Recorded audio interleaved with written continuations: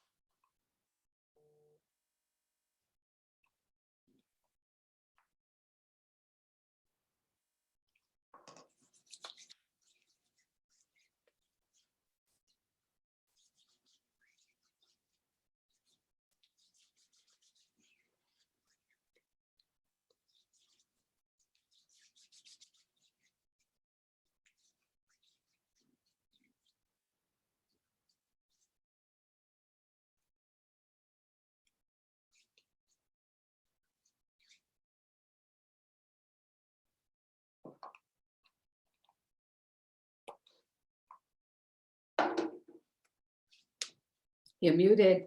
Morning. Good morning. How are you today? Good. How are you? Good. I have a crazy background. Hold on. I gotta get rid of it. Oh, I like the flamingos. We're doing Flamingo Fridays just for something fun in our market center. So I have a flamingo shirt and flamingos behind me. So did you want me, can you, Heidi, get it to Facebook or are you all set with that? I was just logging in to make sure you were all set. I'm glad you did because I'm not sure if you tell me how to get it to Facebook. Sure. Well, and sometimes, so what's weird, what we've discovered this week is that I think the only way that it can connect is if it's actually Cassie's account that's connecting. So I think I'm logged in technically as, let's see if I turn off my picture. Oh, maybe not. Is anybody in as Cassie? Did anyone come in through that KLR, whatever, W?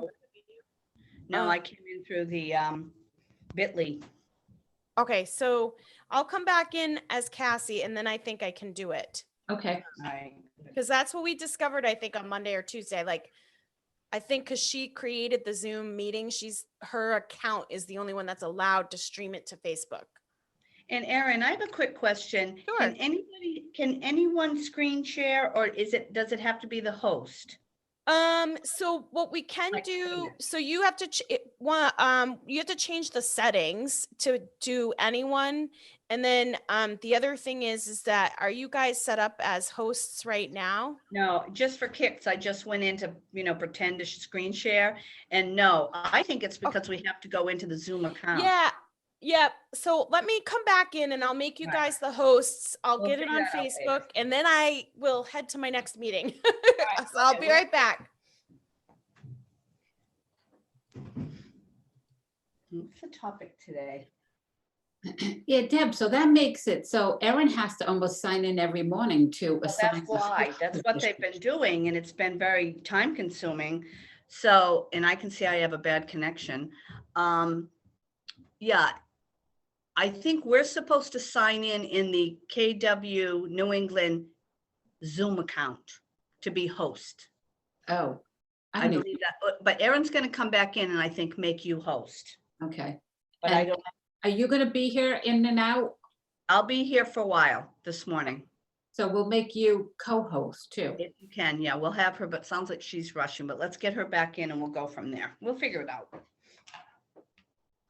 Yeah, something is not going on good here with this thing.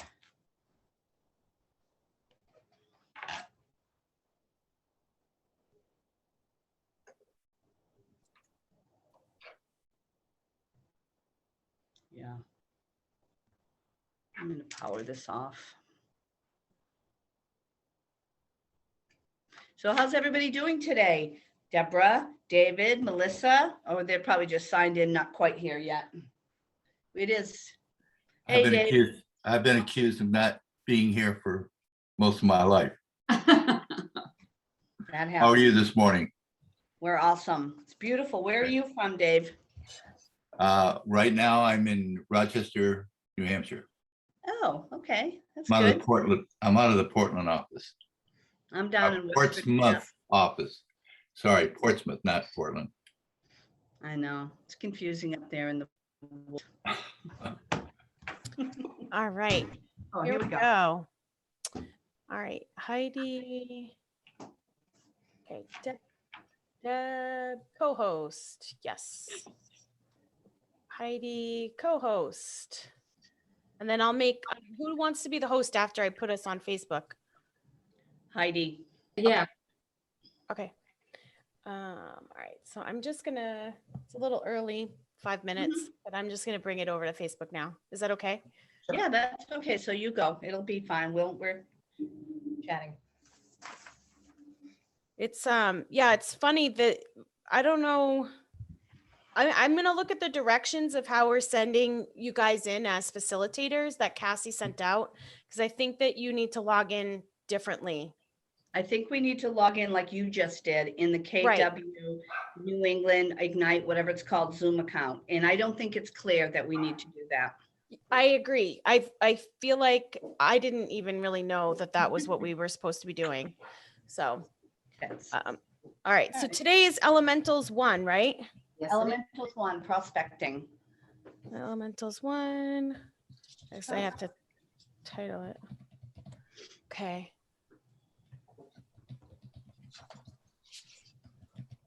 So I shut my door to my office because I knew that my wife was going to be leaving to go help a neighbor. Whenever Yeah. she leaves, the dogs stop running through the Yeah. house playing. And if they see her going across the street, then they start barking and singing to her. I'm like, oh, I said, you should have made it for the You're loud. afternoon after my class. You're rowdy. I know you can hear my dog. We had a skunk in the yard yesterday, so I feel like they still have not recovered from the, they still think it's out there. Yeah. I know. At the end of all of this, we're going to have to do a whole video and everybody and their big dogs coming across the screen. Yeah. Or we have, in my market center, we have a woman who has a big, big, big dog, and it literally is like, comes in screen. It's funny. All right. Okay, so we are live on Facebook. You guys are all set. Do you need anything from me? I mean, I can hang out for a little while. I think my first meeting's not till 10, but So I have a question. How Sure. often is, because I put the participants unit on my desktop so I can always grab it and drop it in the Yeah. chat. But I don't have all like the links that you have that you are always linking things to. So so I can put them in the chat and then you can just like keep reusing them. The biggest issue is that as people log in, I know. they won't be able to see it. And if they log out and log back in because they had a meeting or a phone call or something, they'll come back and they won't be able to see the chat anymore. It's continuous for us who stay on it, but for people who aren't, it's not continuous. So especially I think the first half hour, 45 minutes. You still have people kind of rolling in, so they Right. won't be, you're gonna like, I feel like yesterday I must have posted it 5 times. I know, and I'm not gonna be able to do that facilitating. I'm not sure who. I can do that. No, I can hang out for a little while and I can just keep dropping it in the chat too. And then I have a few meetings starting at 10. So I'm happy to just keep putting it in there for the first little while. All right, and then I'll grab it too, so I'll have it. Yeah, so if you just download it straight from the chat or grab it from the chat, you can put it on your desktop or whatever, and then you could just drag it and put it in. Okay. Awesome, thank you. All right, so I'm gonna, I'll make you host, Heidi, and do you want to just make me co-host, and then that way I can just like post stuff and do whatever to help if you need. Yep. Okay, because I can't make myself co-host and be host at the same time. It doesn't let you do that. All right. Okay, and then I gotta pull your name up on the list here. Make host. All right, So I'm Cassie in there. So in the menu of participants. Yeah. Right, but there we go. Now I can. It wasn't giving me the option. Yeah, because I was still the host. Yeah. It has persnickety little rules. I see Tim's co-host too. Yeah. Oh, God help us. Oh, Mr. Lindsay is in the house. Good Good morning, everyone. morning. Ready to go. Yeah. Do some prospecting. 2 weeks in. How many people have, what should we have? 200 people in your database. Don't all answer at once. Come on. What do we There's a got? lot, Good morning. Let's lot go. of people looking at their watch like, oh yeah, Yeah. I've got that thing I got. Oh, Brian, you've got 120 on your 120. way. Nice. Awesome. Brian Mock, nice work, kid. Go, Brian. Erin, I saw that you posted on Facebook. How many people have gotten appointments in the first week, 2 weeks? Anyone? I know some of them have gotten. Yeah, I have 2. Good. Nice. It's in the last name. It's David DeWorkin. All right, knock it off, you. Ah, Take your privileges away. Bristol said she got an appointment. Sweet. Nice. It's all about appointments.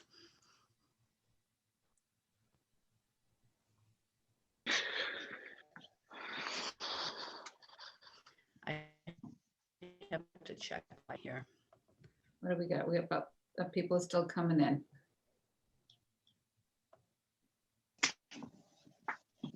So have you guys been doing lead generation calls? Have you been making your phone calls on here? Yes?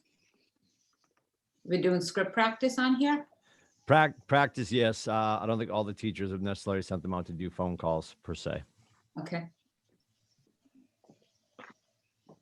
Well, the way I planned out today's class, we should have time, I'm crossing my fingers, we should have time for both.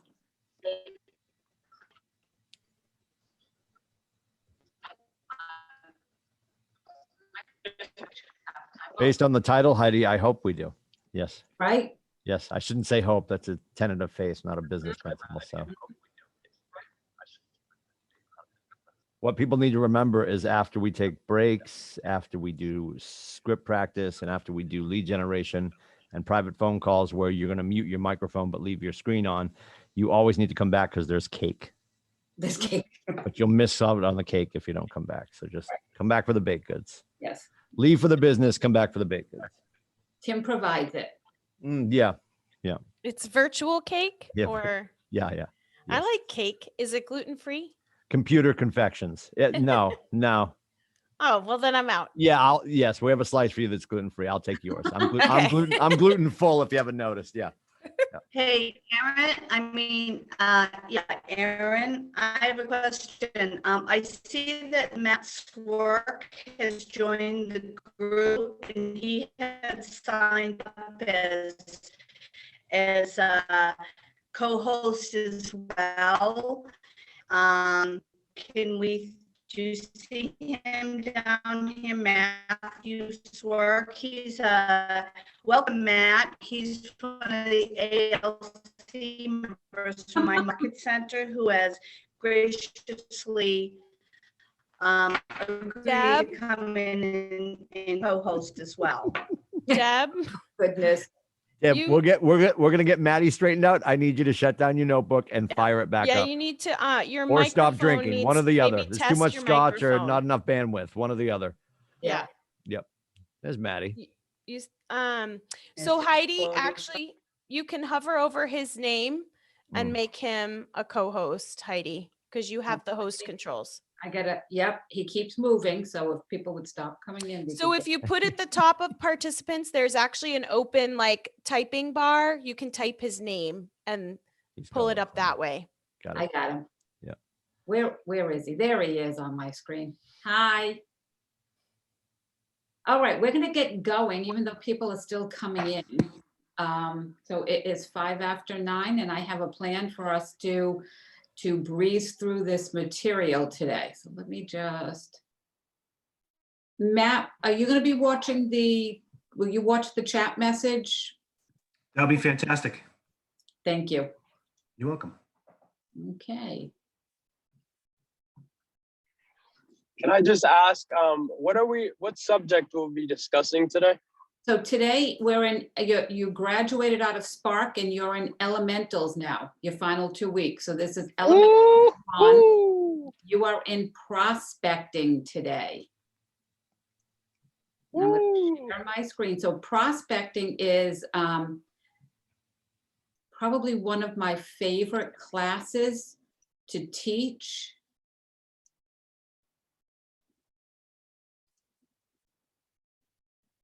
There we go.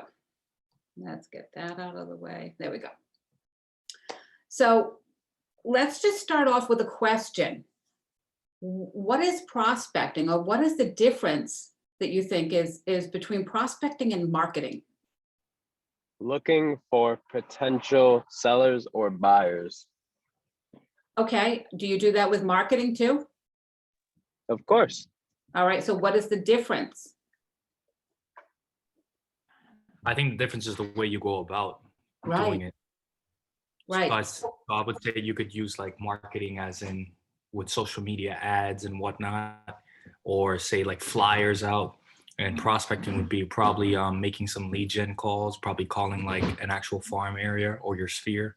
Okay, yeah, we're gonna get into that definitely, but yeah, there's a difference between prospecting and marketing. Prospecting is more time intense and marketing is more money intense. So let's get into this today. All right, y'all have seen this screen before. So today with prospecting, we're going to be talking about the lead generation for buyers and sellers. And we're going to make that connection between prospecting to lead generation. So have you seen this funnel before? Yes? No? Yes. Yes, thank you. This is, by the way, just to let you know, this is interactive. So I would love to have participation, especially, I mean, come on, it's Friday. We're gonna have cake after this. The more you participate, the bigger slice of cake you get. Right, Tim? All right, We're baking it now, yes. awesome. So this Be is your. careful of what you ask for. Are you guys sending it via email or? All right, here's your funnel. Now, this is the flow of lead generations. Your prospecting and marketing that you do brings in leads and contacts into your funnel. You make the connection, you cultivate them, and then from there you get appointments, active houses or buyers under contract or active buyers, and then you close. Everybody understands the funnel, right? All right. So with the flow of this lead generation model, we want to emphasize that prospecting and marketing are the lead generation efforts that are going to bring your leads and contacts into your database. So you don't ever stop this. This is a constant flow. This is constantly adding. You're always dumping people into this funnel. Every day you should be having people go into this funnel and adding them to your command, to be setting them up on smart plans, or to be making phone calls to them or writing note cards. So this is a constant. This never stops. Why? What would happen if it stopped? You would get no business. Right. So have you thought about the fact that when you do get business, you're going to start getting busy? What do you think the number one things that a new agent would stop doing once they get their first transaction or two? Follow up. They stop their daily lead generation, or they put it off because they're too busy working with their client. So in my 2 market centers, I see this a lot with new agents. They stop their lead generation, and that's something you cannot do. You have to imagine that your foot is always taped to the gas pedal of lead generation through prospecting and marketing, and find the time to work with your clients.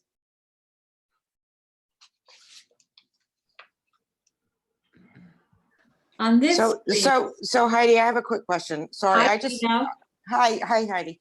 I just came on and you were saying the difference between prospecting and marketing, and you gave you said something on how they were different, and I didn't quite catch it, but it sounded really important.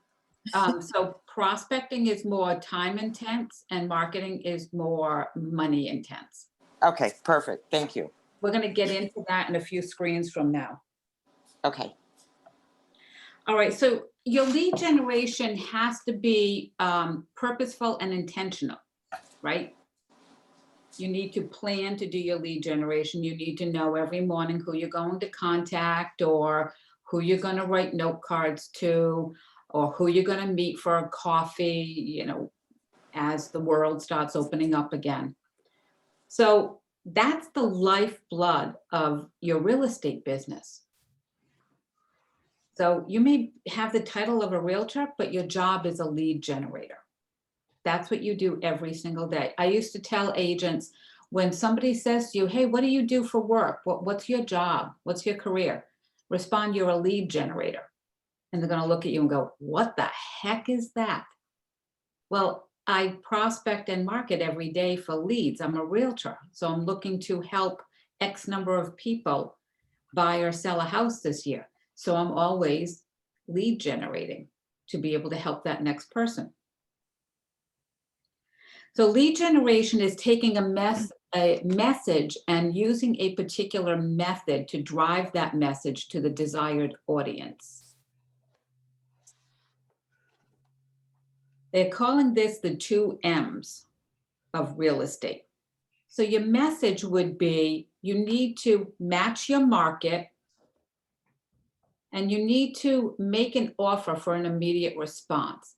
So when you are prospecting, if you are matching your market, what do you think that might mean?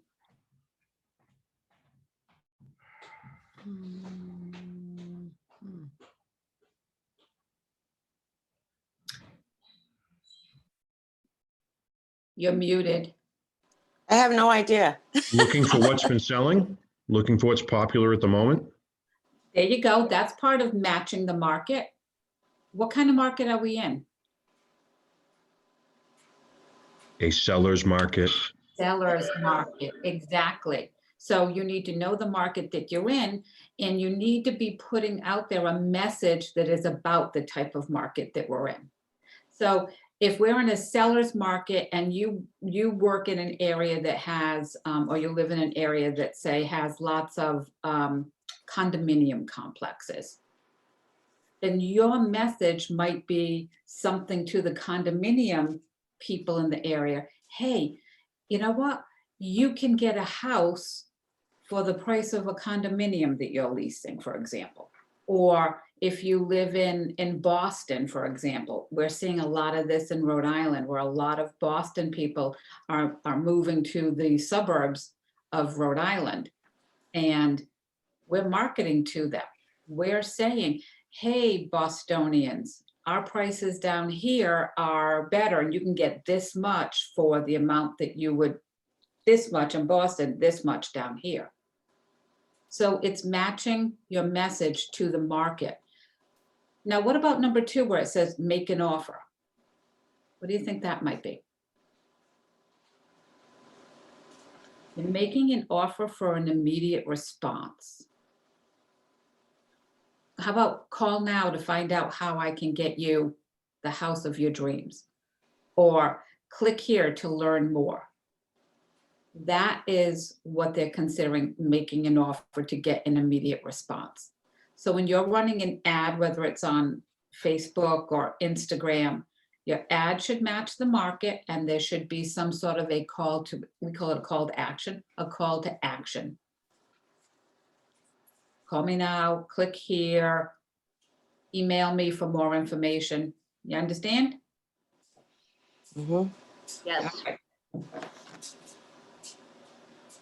So when you're matching the market, you want to be tailoring the intended message to the sentiments of the market conditions of a targeted group in the area that you operate. So let me ask, who operates in a specific area of, maybe there's a lot of renters in the area that you are working in and you're trying to help them become first-time home buyers, or maybe it's a vacation area, or maybe you're in the city.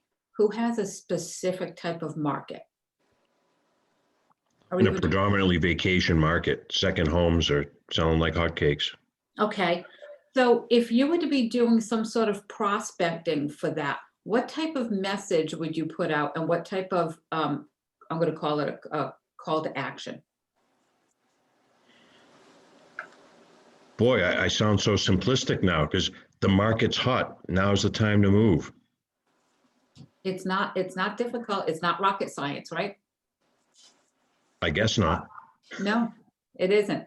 So if you live in a specific area and you have a specific niche that you're working in, you want to be generating the message to that niche and having them have a call to action so they can reach out to you and say, hey, tell me more about the market. What are the prices like? So they're part of your target audience, whether you're targeting first-time home buyers or you're targeting vacation home purchasers or sellers, and they're going to want to know what the market conditions are. So you're going to have that information for them. And once you have a call, Heidi, yep. I'm sorry, but I completely panicked when you asked that because I know what my call to action is. It's Okay. up here in the White Mountains. It's get out of Dodge. Just like you were saying about Rhode Island, we're appealing to the people that wish they had a place they could go hide. Right. So that's who I'm speaking to these days. All right, so let's take this a little bit further into under number 2, make an offer. So you have a direct offer or an indirect offer. What do you think the difference is between the two?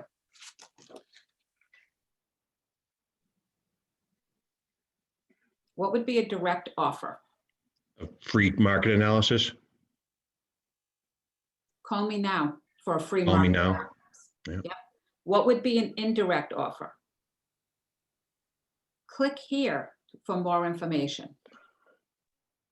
So call me now is direct. It's just like saying sign here. Indirect, click here for more information, click here to learn how. We've all seen these buttons on Facebook and Facebook advertisements. And then from there you get a response. Now, typically in social media campaigns, when you have your call to action button, you tend to see a lot of learn more or apply here, which is a little bit more of a indirect offer. That's going to take them to some other place for them to do some sort of research, whether it's your website or it's a mortgage lender's website if they're looking to get pre-approved. But a direct offer, DM me now, direct message me now, call me now. That's something specific. That means that you're going to be there, you're going to pick up the phone, you're going to have some sort of a conversation with them, whether it's over the phone or through text message. That is direct. So Does everybody understand, number one, the message? You have a specific market. You're making a direct call or an indirect call to action for a target audience that you're working with. Okay? All right. Number two, for method, there are two primary methods of getting your message out to your target group, and that is the prospecting and marketing. So we're doing number one today. The prospecting is more time intense, and the marketing is more money intense. So both require time blocking in your schedule. Because for prospecting, again, you need to know who you're calling that day, who you're reaching out to. You should plan that the day ahead of time so that when you sit down at your desk, you're all set and you're ready to go. So you need to prepare, take action, and then maintain for both prospecting and marketing. Heidi, I have a question. Yep. I'm in a vacation area and I'm looking for listings and I'm doing a letter. And it's hard, I'm finding it hard to find the listings with telling people that it's such a beautiful place to tell people, oh, well, let's market your house and sell it. Do you know what I'm saying? It's like, it's sort of like, why would they leave? There could be many reasons. I mean, they might want to end up, number one, don't, whatever you do, don't make assumptions for other people. Mm-hmm. So don't assume that they're not going to want to leave. It's like, I tell my agents, newer agents, well, we don't want to pick up the phone and call them. We might be bothering them. You just cast an assumption on them that they didn't ask you to do. Mm-hmm. So don't assume that they don't want to leave. They may not have been Understand? I didn't hear what you said because somebody's Roomba went off. Yeah. Someone's vacuum. Don't assume that they don't want to move. They may not have been presented with the right information or the right opportunity. They may not have even thought about it, to be honest with you. Here's an example. 3 weeks ago, I was not selling my house. As of yesterday, I'm under contract to sell my house and buy another one. So the thought didn't even cross my mind until something just clicked. When you're looking for people to come to a vacation area, you can market and say how beautiful it is, but I'm finding it hard to do the listing side of it as to, okay, then reasons in my letter why they could be leaving or would need to leave or want to leave. So you may want to be talking about the fact that it is a seller's market. We're probably at the peak of the market, and next year we're going to start, interest rates are going up, which are going to present buyers with less buying power. Which Heidi. Yes. Looks like Bill is raising his hand. He has something he's going to say for Debbie. Okay. Debbie and other people in vacation markets, life happens and kids grow up. When somebody bought a property and their kids were 15 or 10, now the kids are 20, 25, they're living their own lives. All these things still happen for people with vacation homes. And it's like a huge piggy bank that they have sitting up in the mountains and in the woods that they might want to cash in on now. Mm-hmm. And there's people ready to buy them and they know that. So there's excitement and urgency out there. Mm-hmm. It's just coming up with good call to actions, I think. I do agree with that point. That's awesome. I honestly have a listing appointment this Sunday, and it's a couple that have a big house, like a 4-bedroom, and they want to downsize and move.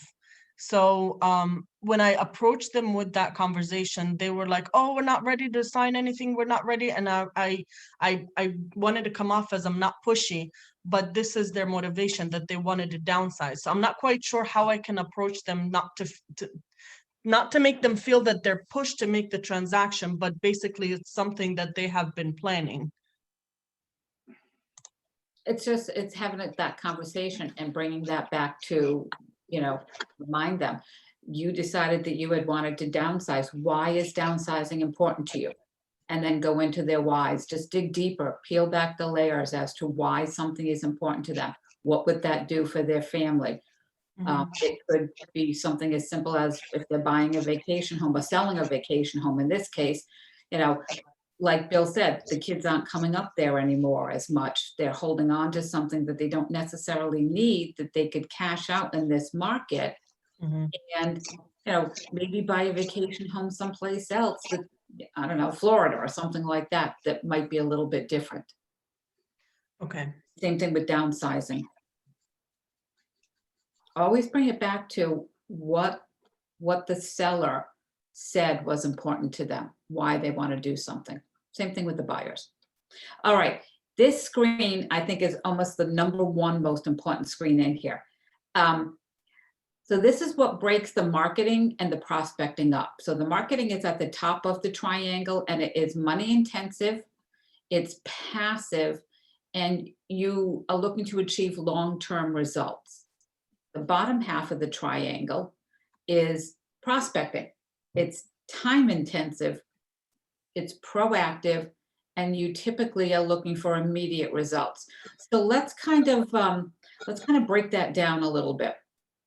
What do you notice above the word marketing on this slide? What is that?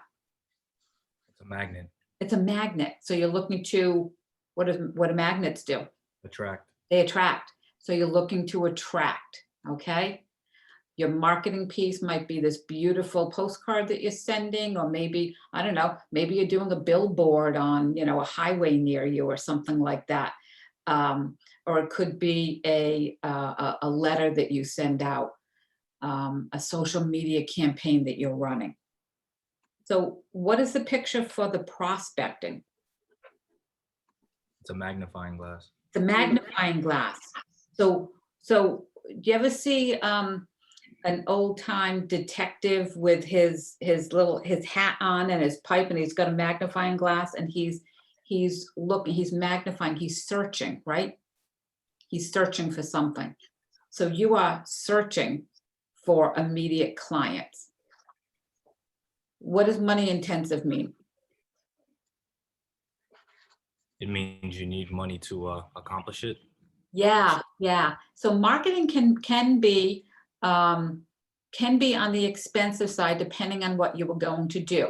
If you were looking to, say, farm a neighborhood with 200 houses in it once a month, on average, it's probably going to run you $100 or more, including postage, per month to do that farming. And if you do your farming over 12 months, then you're looking at about $1,200. What is time intensive? It's an active process. You're trading time for efforts, or trading time for results. I'm sorry. Or you're trading, instead of paying money to have something done, you're investing time. So there's a cost with both of them, right? And typically for newer agents, time is something that they have a bit more of. What's the difference? What's passive and proactive? Passive is more like set it and forget it. Proactives mean you're actively trying to improve your prospecting skills and actively seeking. Yeah. So passive, if you're mailing out to a farm area, you've now put the ball in the court of the people that you just mailed out to. You sent something out to them. Now you sit back and wait for them to respond to it. So it's passive.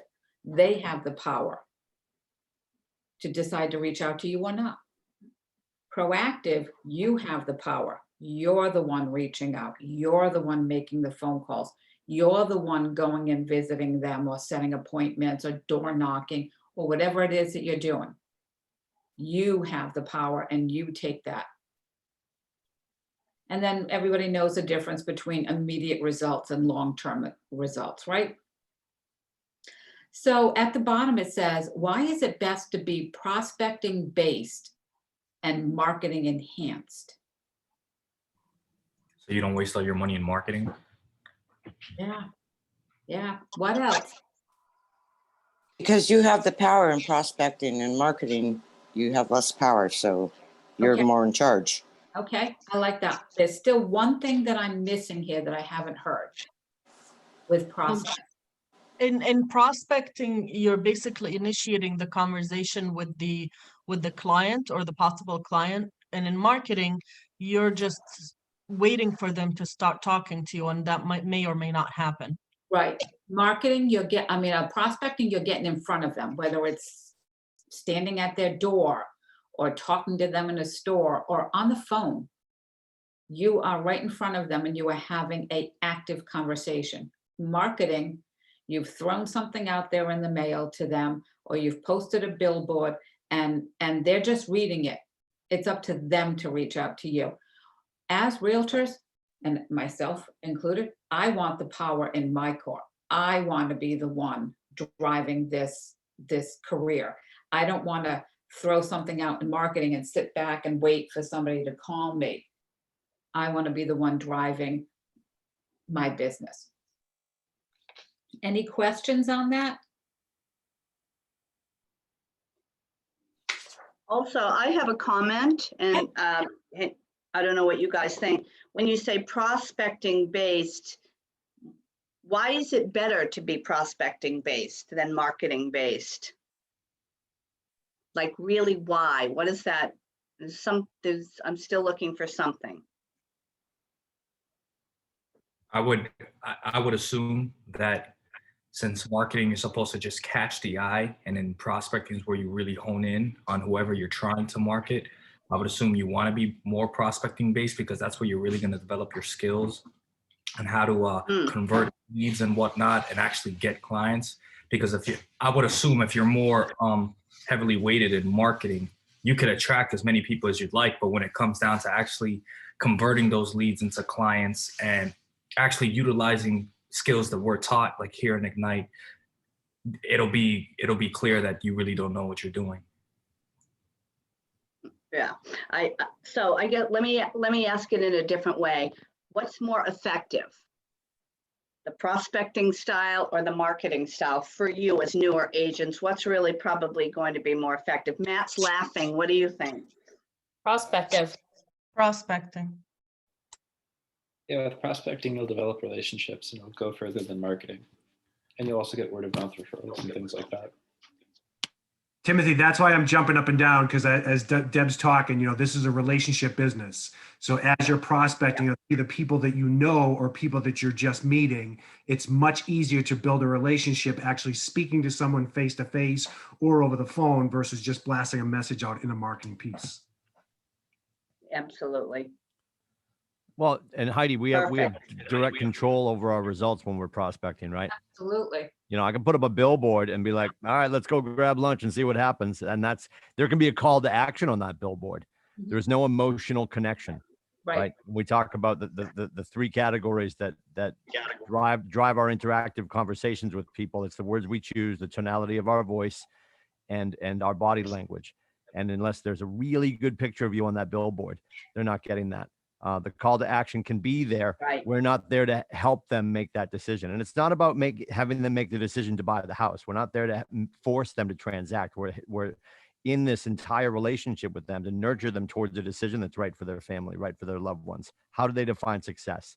And we can move that ball faster down the field if we are in direct conversation with them, as opposed to, God, I hope they see the ad I put in the Laker. We make fun of the Laker up here around the lake because it's a newspaper that 7 people get, 4 people read, and 6 of them are dead. So it's just, we also want to, especially with marketing too, especially these days, we want to be able to track the analytics, right? Yeah. We can do that with Facebook ads through command. We can do that with SEO if you've got all that data, and your end user doesn't want to see that on the other side of the kitchen table, although it helps us tell our story better. So, and marketing, just how many people have a ton of money they want to spend on marketing? Most of us already have a phone that we're going to lie to our CPA and say, this is a business expense. So stop candy crushing, right? James Shaw said this on Pivot Shift Ahead in the last couple of days. In the next 6 months, will you get more bills or more checks? Right. And that's directly dependent upon our activities today. Yeah. I just want to read in my notes here, explaining that prospecting is proactive and direct. It keeps you in an active versus a reactive state. And it is the act of searching for your leads. You are out there with your magnifying glass, pounding the pavement, searching for the next person you can help. It allows you to focus on proactive customer creation activities that will be critical to your ability to hit your numbers when the market shifts and you're in a period when marketing efforts don't generate enough leads. Yep. So build those relationships. That's what it's all about. And my screen has a mind of its own, just to let you know. If I touch my mouse, it goes wherever. Let me ask, Matt, is there anything in the chat that anybody needs addressing or commented on? Just something go in there that says, oh, no, just, no, everything looks good. Bill's making a joke about someone modeling for him to be on the billboard, but Yeah, Bill Barber needs a stunt double up in North Conway. Yeah. We're not going to do that because we know Tim Lindsay's going to be the first one to raise his hand. So exactly. No, unfortunately, I have too much hair to be Bill Barbin. all right. On the screen here is a list of various prospecting methods. So just take a second and read over the lists. And if you've tried any of these, speak up or put something in the chat message. Let us know what you've tried and what the outcome has been.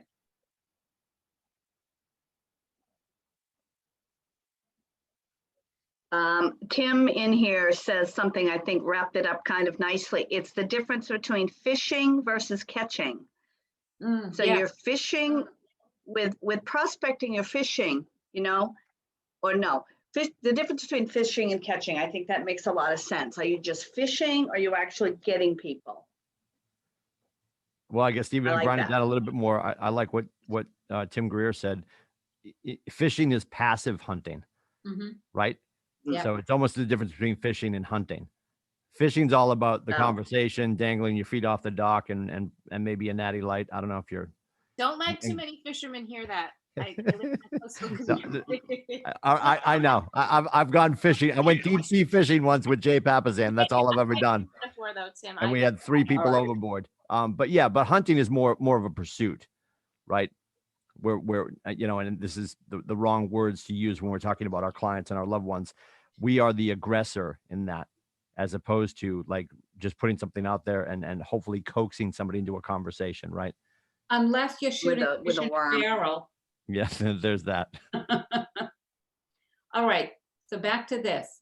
Who has Quick reminder too, Heidi, for the top 2 categories, because I know Gary would want us to say this. Let's not forget the Telephone Consumer Protection Act. Yes. Those top 2 categories for sure. When we're making those phone calls to our unmets, we want to check donotcall.gov. It is 42,000 and change per violation that I appreciate.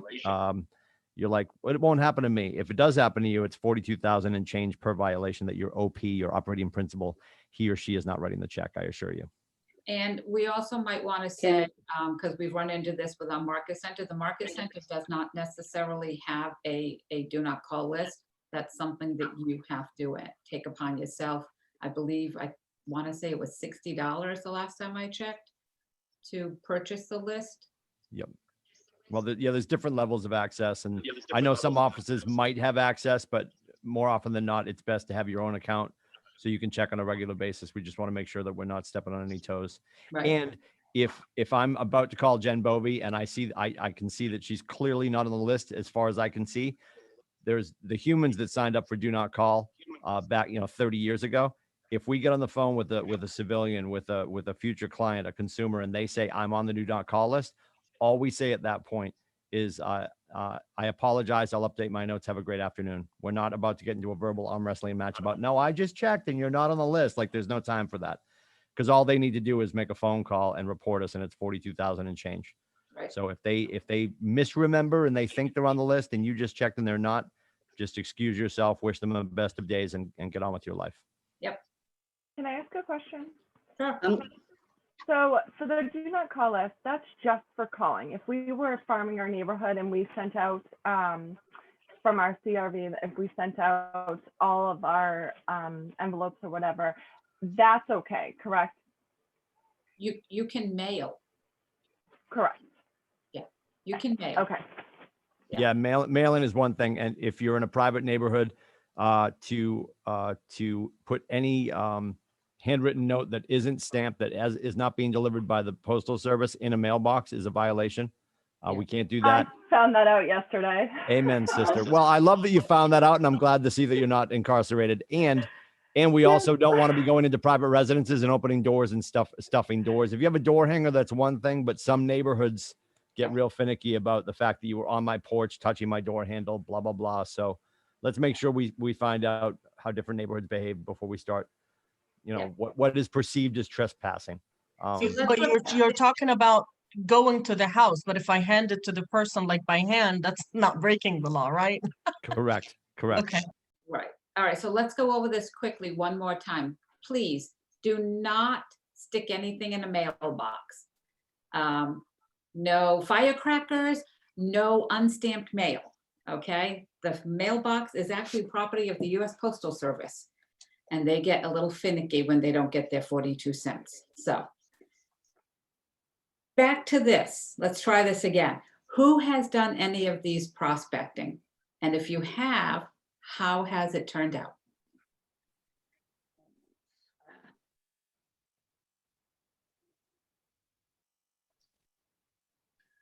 Well, I don't have results yet, but I went farming in the neighborhood. I took a street, found out all the addresses, put them in my command. I also belong to the Knights of Columbus, so I'm buying an ad to put in the paper for a convention that they're having. There'll be a couple hundred people there. So it's David, right? Yes. So David, is that prospecting or is that going to be marketing? I think the latter is marketing, the former, going out and finding out what the addresses are and putting together something to send to them is more prospecting, isn't it? No. If you're mailing to somebody, it's marketing. Prospecting is face-to-face, texting, door knocking. Okay. Community outreach, where you're actually talking to people in a group. Everything here, if you read them, they all have something to do with having some sort of a relationship or creating a relationship where you're talking to people, you're seeing people. You do charity work, you're volunteering, you're there with people typically. Or if you're manning a phone bank or something like that. Circle prospecting, this is door knocking, this is having conversations with people about, we have some apartment complexes in the area I live in, and there's an agent that I know that will hold a, what does she call it? I can't think of what she called it. It's almost like a first-time home buyer, but it's more of a seminar or a quick meeting. She's friends with the apartment complex manager, and the manager lets her, once or twice a year, set up a table in the main foyer and put out something that says, are you interested in learning how to be a first-time home buyer, or something to that effect? And people are coming up and down the elevators or the stairs, and she's having conversations with them. And she's able to, some of them have been like, you know what, we were just thinking about doing that because our lease is up in 6 months and we don't want to rent again. So she's actually doing what would be considered circle prospecting in that complex that her friend manages. Has anybody else, have any of you actually made phone calls? I mean, that's on the list, right? What about reaching out to expired listings or for sale by owners? Yeah, I've had some pretty exciting interactions with for sale by owners. Ooh, Actually, awesome. a few of them even had asked me to call back in like a month because they wanted some time to do it on their own. Tell us how that went. Well, some people get pretty uppity and say like, no, like hard no. But then other ones are a little more open or a little more passive, and that permits, continued touch points and stuff like that. Good. Emma, and what about you? I tried to look up for sale by owners online, but every time I pull them up from Zillow and pull the property on MLS, there's already a real estate agent in there. So not all for sale by owners online are actually for sale by owners. I can't find them, so I would like some tips on that. But I've had successful conversations with expireds. That they because they already have the motivation to sell. I just had to bring it back up to them that they wanted to sell. And hopefully I'll get a listing presentation off of that soon. Awesome. Have any of you started to develop some key relationships with vendors or mortgage lenders? I do have a relationship with a mortgage officer. I work with 2 of them, but I like to give multiple names to the people that I work with. Yep. I'm yet to go over the rest of the vendor list to build more relationships. So here's a suggestion that somebody made to me years ago. Make friends with a divorce attorney. Make friends with a divorce attorney. You will get business from that. Make friends with a building contractor that you know in your area. You will eventually get business from that. So there's a lot of different areas that you can prospect in. Do you think it's best to have only one area or several different areas?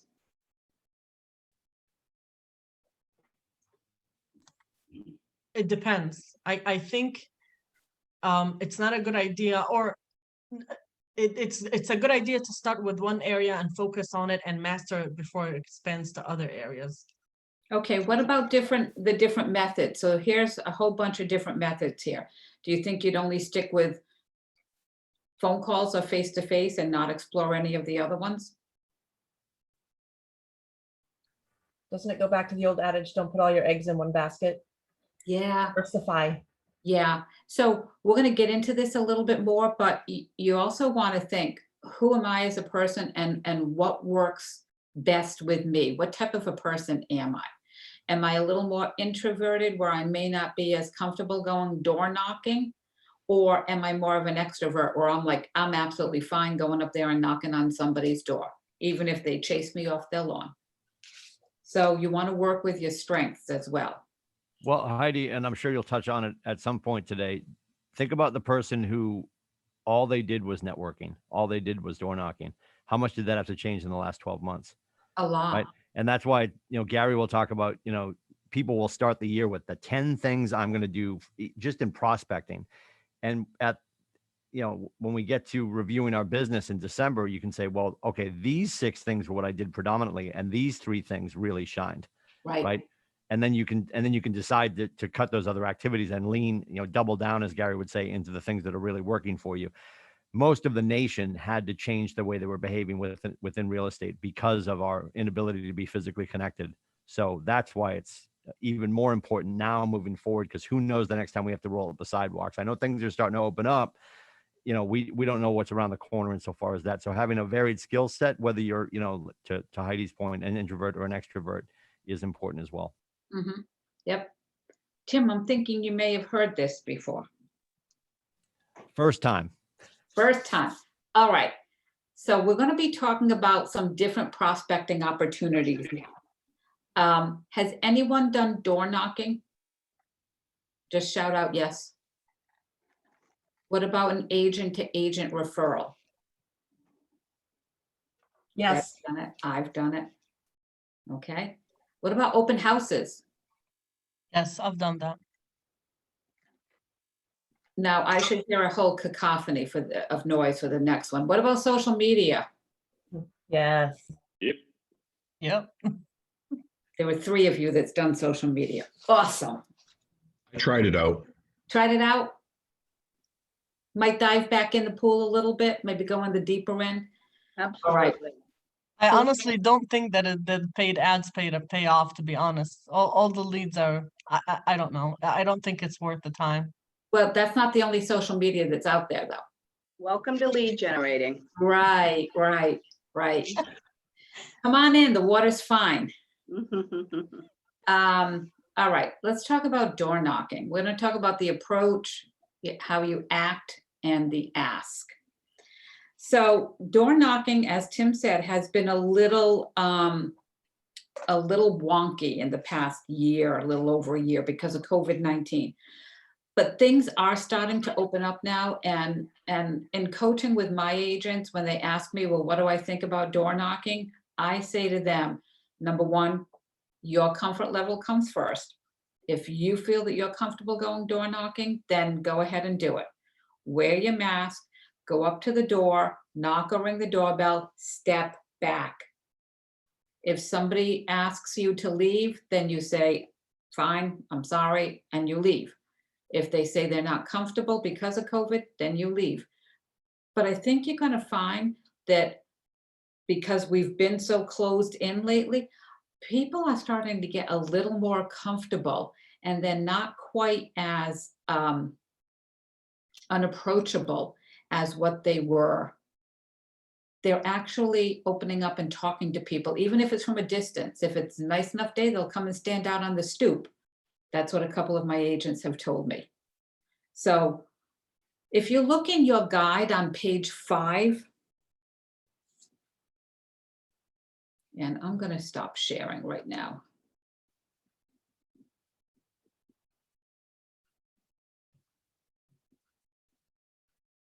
Because I want to pull up the guide too.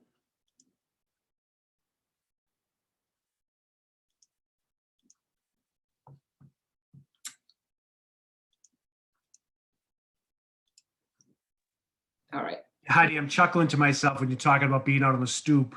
I have a marketing director, and we went to pick up Chipotle the other night, and we didn't realize we had to order ahead of time. So we're standing outside for 15 minutes, and I like to talk to everybody about real estate, and so we did it kind of passively because and he thinks I'm a little nuts. So I said, "Watch this." When the next person starts to walk in. So I just started talking to him, and I said, "Oh, you're looking to purchase a house, or you have questions about real estate?" And there was a couple of people that looked over, and I actually gave a business card to someone because he said, "Are you an agent in the area?" I said, "Yeah, absolutely." So I'd love to. I got to run home, but I would love to sit down and have a conversation with you. So that's important. It's not just. Can you repeat what you did again? How did you grab their attention? I was standing out, it was kind of it was a staged thing, but he didn't know what my marketing guy didn't know what we were doing. But I just said, I'm going to start talking about real estate. And he said, "What do you mean?" I said, just follow my lead. So as someone started walking towards us, I said to him, I said, "Yeah." So I said, "You're looking to buy a house, like, this market's really strong." And we started talking real estate, and wow. So you never know where you're going to get business from. So we don't want to be secret agents. We want to talk to everyone everywhere. Absolutely. I love that. That sounds like something that, Jen Bovey's on the call. Hi, Jen. That sounds like something that Jen would actually end up doing, is just all of a sudden start doing something like that. I can see that. All right. So on page 5 of your book for today, we're going to talk about how door knocking, it really has its benefits. It can help jumpstart your business because you're getting that face-to-face with the people right away. Or you can stand outside of Chipotle's and do what Matt was doing, whichever works for you. It provides the opportunity for you to be able to ask for business or offer advice, or even offer the fact that you can be a valuable resource to anybody. If somebody is looking for a plumber, if somebody, wants to, maybe they had some wind damage done to their roof and they need to have somebody take a look at it, they can reach out to you and say, "Hey, do you have a good roofer that you could refer me to, or refer to me, that I could look at for the wind damage on my house?" So you want to be that font of knowledge for anybody in your neighborhood or anybody at all.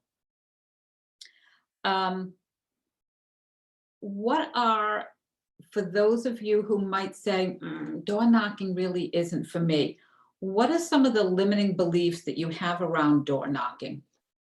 Who would be willing to? I'm worried about people's reaction in front of their houses. Like, "What are you doing here? Get out," something like that. All right. So how would you overcome that, or how would you deal with that? Do you mind if I jump in for one quick second? I only have a few minutes. Just before I jump to the next one, but I'd love to add what I would do is if I was going door knocking in a specific neighborhood, the week before or a couple of days before, I am absolutely sending out mailings to all of those houses and letting them know, hey, just to let you know, on Saturday, March 13th, I will be in your neighborhood sharing real estate information, and don't be surprised if you see me at your door. Oh, I love that. Just to be a little more proactive, and then it's not a surprise when they do see me and they actually are happy. So that's something that I had always done when I was, because I'll be honest with you, Heidi, I was not comfortable. It was a very comfort zone for me to door knock. So I had to find a way for me to get outside of that and figure out a plan. I like the idea. So even if somebody has a real estate need, that prepares them for me coming in to have the conversation. Thank you. Yep. Now, what about anybody else? What are some of your limiting beliefs around door knocking? I mean, I didn't door knock, but I went around yesterday, and because it was so nice out, and just people that were outside, I just chatted with them and let them know I was a real estate agent, and I lived up the street, and if they ever had any questions, I'd be more than welcome to give them a free market analysis and just to let me know, and gave my card and the letter that I was illegally putting in my boxes. Great. So just by a show of hands, since I can see most of you now, who here will go door knocking? For those of you that did not raise your hand, what is your reason for not trying door knocking? Hi, Heidi. My name is Nicole. So, I'm one person that actually does feel a little bit uncomfortable with door knocking. I guess I say one person, but I bet everyone who raised their hand probably also feels uncomfortable, but is going to break out of their comfort zone. I feel like I probably won't. And my reason is I feel like people right now personally are home and they're, I think a knock on the door, at least for me, puts me on alert. Oftentimes I'm working from home. I look like hell. And if someone were to knock on my door, I would not want to answer. I'll go to my camera, I'll look, I'll see who's out there and be like, who is that? I don't know who that is. I'm not opening it. And if I did, I'd be like, why? I'd kind of just be on the offense, I guess. Okay. And maybe I'm crazy, but No. that's my opinion. Nicole, you're not crazy. It's, it's your own comfort level. It's your own, what you feel. Absolutely. If that feels right for you, then go with it. What about anybody else that didn't raise their hand? And just for this question, let's remove COVID. It's a normal, it's before COVID. Why wouldn't you go door knocking? What's your limiting belief around that? So Heidi, I'm just going to jump in here again really quickly because Gary Keller talks about door knocking, and he used to door knock for agents. Did you guys know that? He used to go door knocking neighborhoods, not for listings and buyers, but to look for talent. And one of his scripts was, it would just be unprofessional of me if I didn't have the opportunity to knock on your door and see who is here.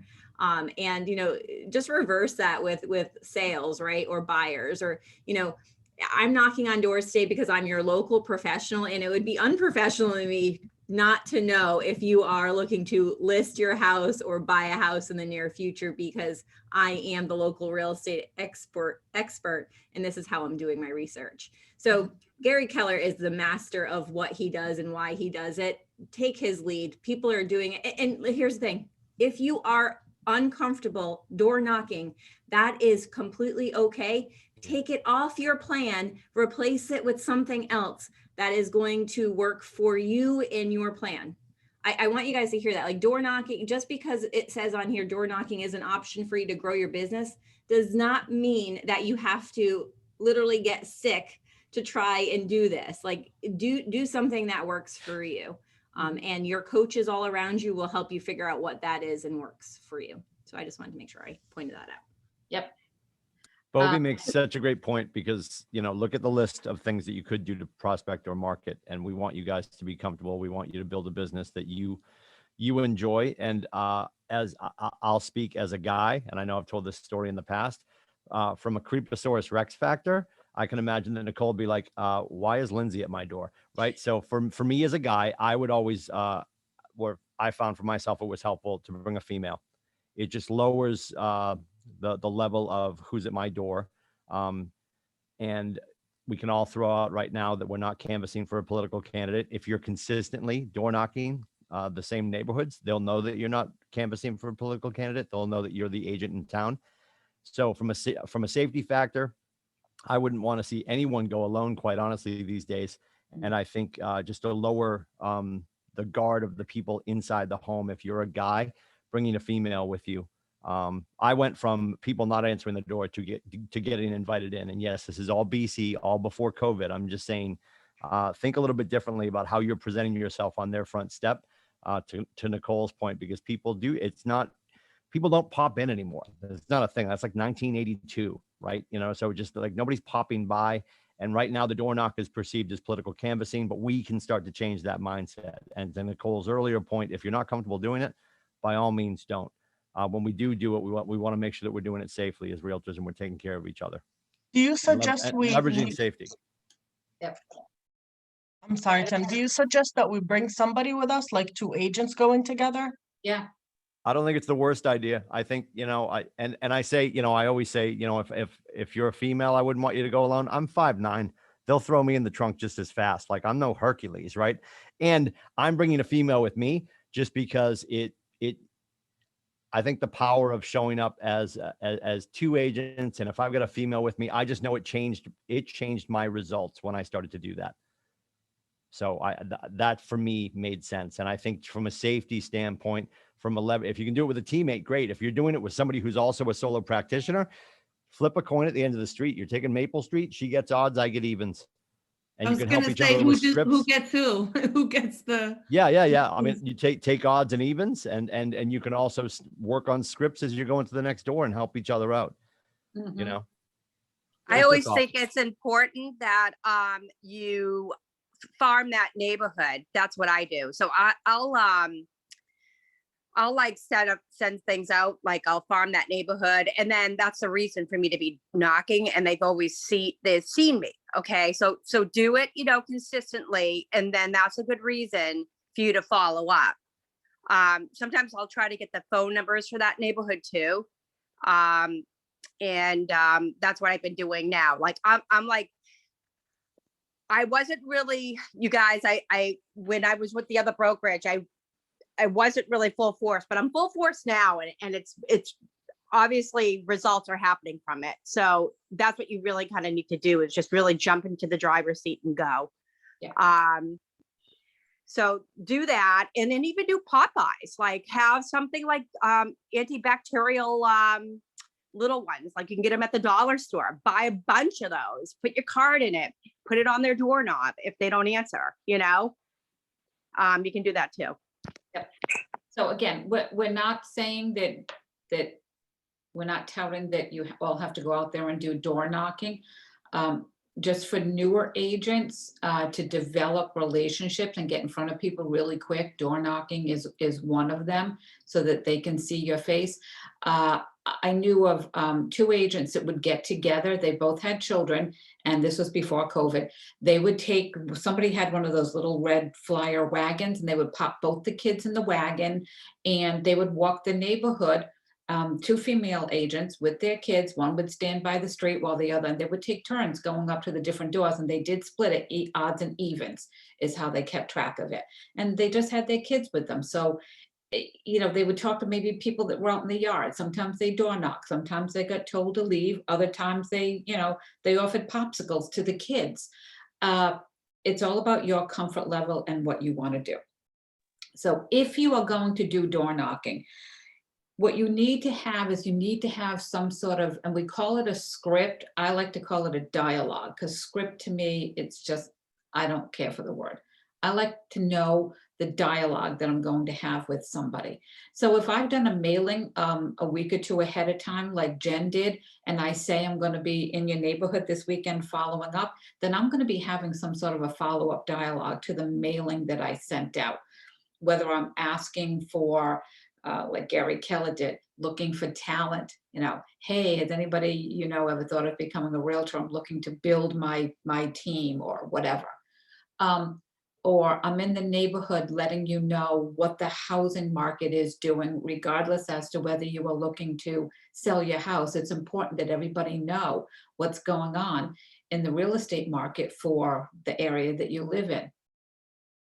So knowing what your dialogue is going to be is important, so you're not standing there going, oh my God, what am I going to say? Because then it's going to be more uncomfortable and you're not going to want to do it. When you do speak to somebody door knocking, you want to make sure that you are actively listening to what they're saying and not thinking about the next thing that you're going to be saying, because that's going to trip you up. You're going to leave there. And I always used to take a notepad with me so I could jot down, house number 64 on Brown Street, downsizing in 2 years. And I would jot that down just so I had some little note. But I had to actively listen and then walk away from their step to write that note down. You also want to be coming from contribution. You're there not necessarily looking for them to list with you, but you're there to find out if they have any needs. How can you help them? Do they need a electrician or a roofer or a plumber? Might they be looking to downsize? Maybe their adult children are looking to buy. What can you do to help them? Also, Heidi, just to dovetail on that, I read recently that not only are you offering a service, coming from contribution would be asking for their help too, because as much as we want to contribute, I think generally people want to contribute as well. So if my plan was to show up in my neighborhood and say, who do you use for a contractor and who do you use for a plumber? And it's going to be different from door to door. And so that will help build my vendor list and will also help me network in the community and also give an opportunity to someone else to contribute, which I think if we want to contribute, others would want to as well. Kelly, that's beautiful. Absolutely. Asking them, hey, do you have a specific person that you really trust and you like, his or her work? Would you mind sharing that information? That's perfect. And then in the end, asking for any business, any referrals, or just permission to stay in touch. Do you mind if I follow up with you again in 3 months? Do you mind if I, give you a phone call, send you an email, stop by again?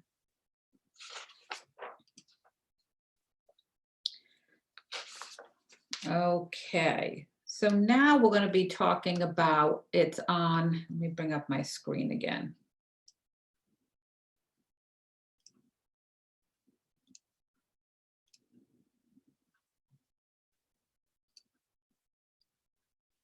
All right, so now we're going to be talking about agent-to-agent referrals. So in Keller Williams, in Command, we have, as part of Command, there's a referral part where if you wanted to, let's say, refer a client who's moving to California and you want to find a real estate agent in California, you can do that through Command. If your parents might live in Montana and they want to sell their home, well, you can't do it. So you're going to find somebody for your parents in Montana. If you know somebody that wants to move to Rhode Island and you are not close enough to Rhode Island or comfortable with that market, you can find somebody. You can go through the Command referral. The other thing that I like to do is, especially if it's a referral that I'm looking for in like the Massachusetts area, I like to find the closest market center to where my clients are looking to buy and call up and speak to the team leader or the productivity coach and say, hey, I have these buyers. This is their type of personality. This is the kind of agent I'm hoping to be able to partner them with. Who do you recommend? So I'm a phone call person. I think Command is great to do the referrals, but I want to be able to find a couple of people through Command, and then I want to pick up the phone and I want to call that team leader or that productivity coach and find out a little bit more. Who is best suited to work with the clients that I'm going to be referring? So referrals will come from agents that know you and agents that don't know you necessarily. And you're going to be doing the same thing, hopefully. You're going to want to refer to agents that you know that are going to be great to work with your clients, but you're also going to be referring to agents that you don't necessarily know. You're also going to want to build a referral network of, you may not have a client, but you might want to know some agents in Florida, in certain areas of Florida. I have several referral people in Florida, agents in the, where is it? St. Petersburg, Tampa area, Clearwater, as well as Orlando, because I know people in my sphere of influence and my family that are snowbirds or that want to be snowbirds. So I'm going to be connecting them or have connected them with agents. So you want to build your referral network with agents that in the future you might be able to refer business to, and that they might be able to refer business back to you as well. In real estate, have you ever heard of something called a migration pattern? No? Well, we all know that birds migrate, right? They fly south for the summer. Well, there are people like me that like to also migrate and fly south for the winter. In Rhode Island, there are certain places that a lot of people will move to. North Carolina, Florida, California, and there's one other one I don't remember, but there are 4 different migration patterns where when people in Rhode Island are selling, there are certain states that they tend to move to. So you can find out where those patterns are and where the people in your states are moving to, and you can build up your referral network of agent to agent referrals there. And you can do this, I believe, through command. So you're going to want to also, when you're building this referral network with the agents, you're going to want to stay top of mind to them so they're going to remember. So you might want to actually set them up on a smart plan that you reach out to them periodically, even if you're reaching out to them once a quarter with a phone call or an email. So this model here shows that you grow your referral, you manage your referrals, and you maintain them. Growing your referral network, we just talked about some of the ways you can go about doing that. When you are growing your referral network, how would you stay top of mind with other agents throughout the country? What are some things that you might do? Networking. Networking if they're local? I mean, even just contacts, I guess, maybe just shooting out like a hello here and there, just kind of like the same thing you would do with your clients. Just keeping yourself in mind by, birthdays or just a quick hello on social media. I love it. Nicole, find out their birthday, set them up on a birthday smart plan, right? Yeah. Send them a birthday card. Find out their market center address. What else? Connect with them on that social media, Yeah. Yeah. the Facebook. The Facebook, right. Yep. How about MySpace, Bill? I'm still on there. Oh my gosh. Looking for my next wife. Oh my gosh. Okay, I opened the door to that one. Okay, is there anything else?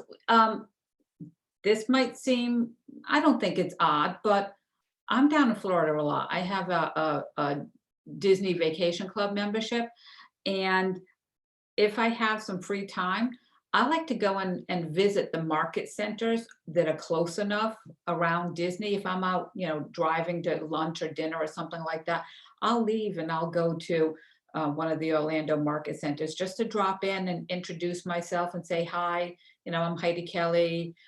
This is what I do in Rhode Island, and who's your productivity coach, or just to be able to meet somebody. It's a fun thing to do. And sometimes if they know you're coming back to Florida or wherever, they'll want to take you to lunch. So you might get a free meal out of it every once in a while. So here is the snapshot of the command referrals. when you were doing a referral, you can do a referral. I do a lot of referrals to my agents in my office that are in my coaching program. So if I was running Facebook campaign ads and I would get leads in from that, then I would send the referral to the agent.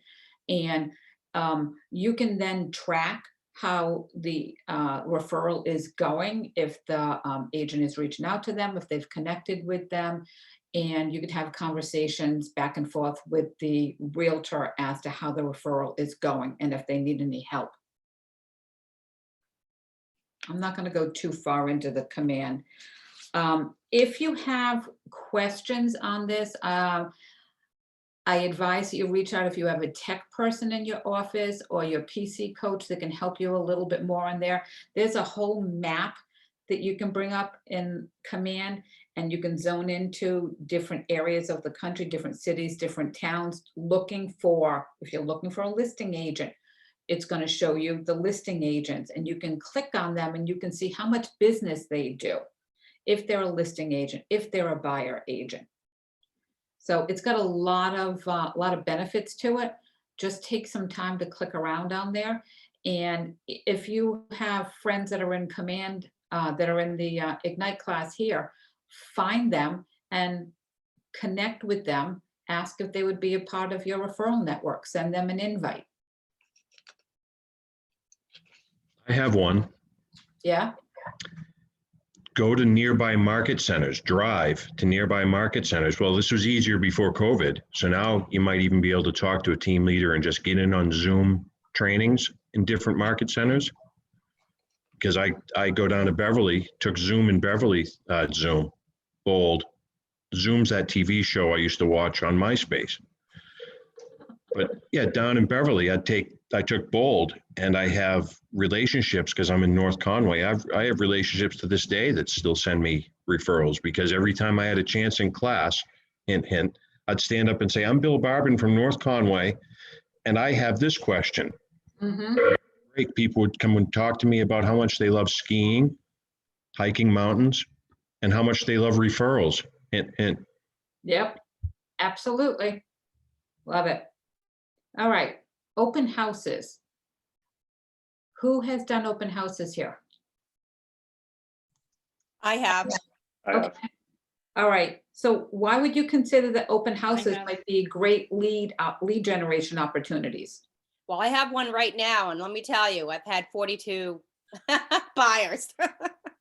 So it's a really good one. And even though I did have appointments only, I did have the signs out, and I probably had 10 unrepresented buyers. Yeah. And you need to ask them, you guys, as they come in, and you got to make sure. I'm actually going to buy a tablet, I decided, because they do not, and I repeat, do not put clearly their name, their phone number, and their email. Right. And you really got to be on them on that. I actually had another agent with me. So we made sure that, they were putting their information down. Yeah, so Laura, it's a good way to meet them. Laura, if you need help with that open house, I'll bring you my iPad. Absolutely, it's Ryan. not bribery, it's networking. Yeah. Ryan, where do you live? Lowell. Oh, okay. So I have Where one you in Natick right now. Okay. So yeah, I will hit you up. Look at this. Networking right there. Love it. Awesome. Thank you. All right, so open houses. You don't just show up, stick an open house sign in the ground and unlock the door. You need to prepare. You should be prospecting, and you should pursue. I love that word, pursue. So open houses are great lead generation opportunities, especially now when you have so many people that are coming. Even if you have scheduled showings, there are still people that are unrepresented that are going to come to them. They're inexpensive. It doesn't cost you that much. And they have a great return on investment, because you can potentially pick up any and all of those unrepresented buyers. It can happen. You can also start to build a reputation around your name in that specific neighborhood. So in preparing, and this is, you can look on page 7, I think it's 7 through 10 in your books. And I'm going to stop this here. again. I'm gonna move you out of the way. Okay. So in your book,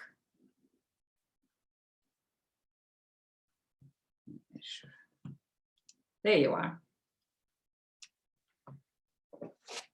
What are some of the ways that you would prepare for an open house?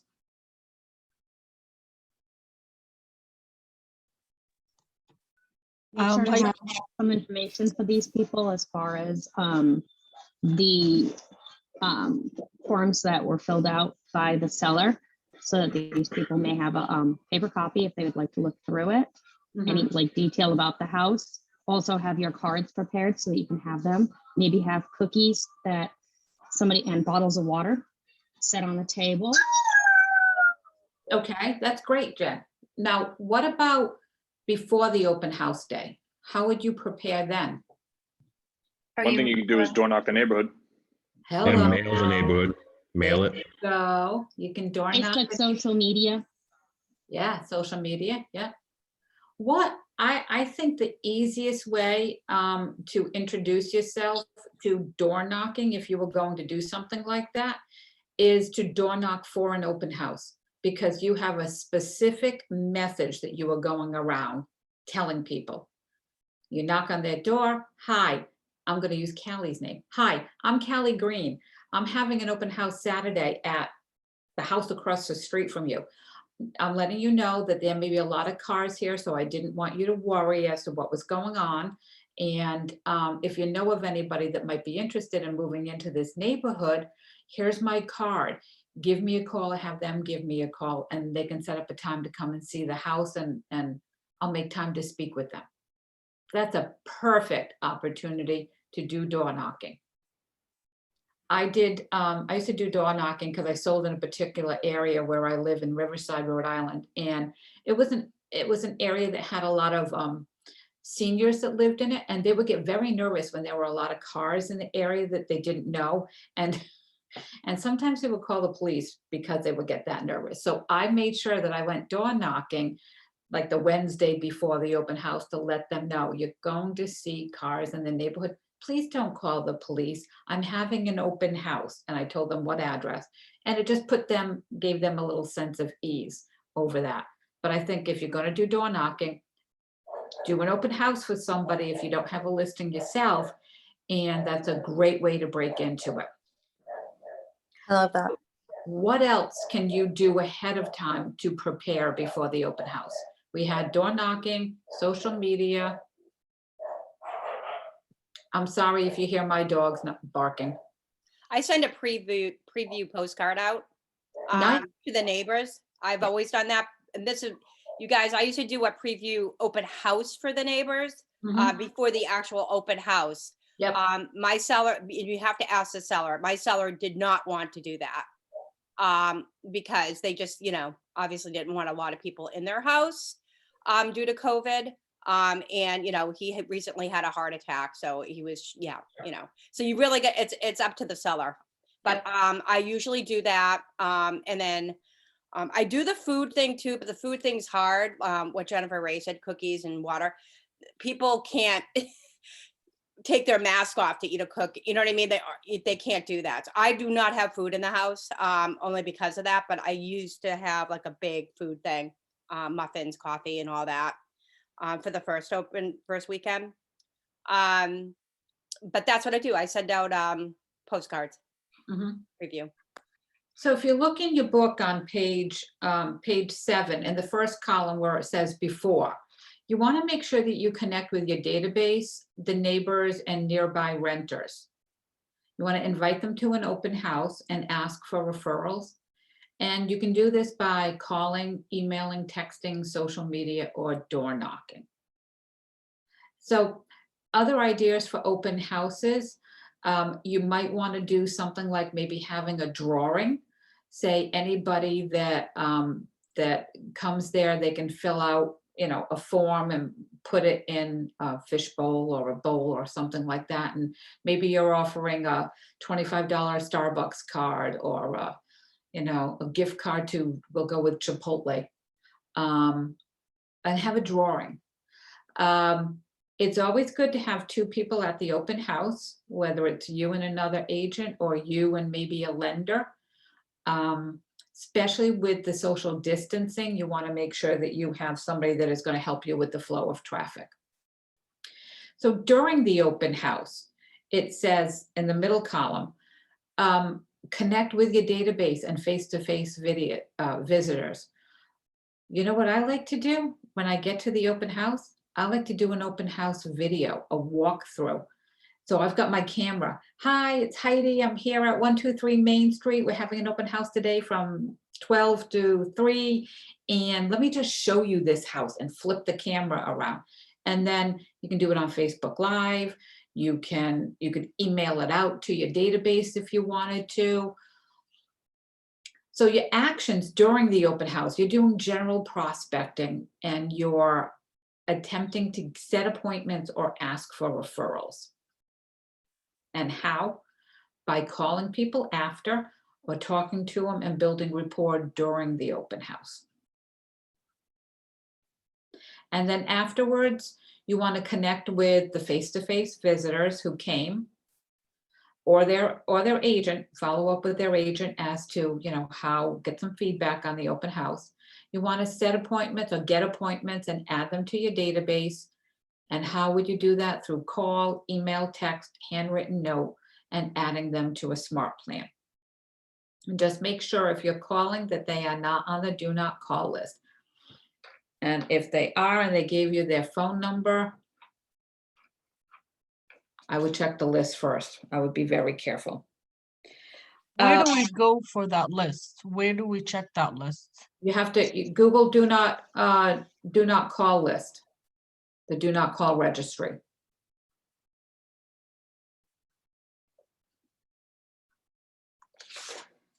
Okay, anything else with open houses? Does anybody have any other ideas or anything that they've done before that they wish to share?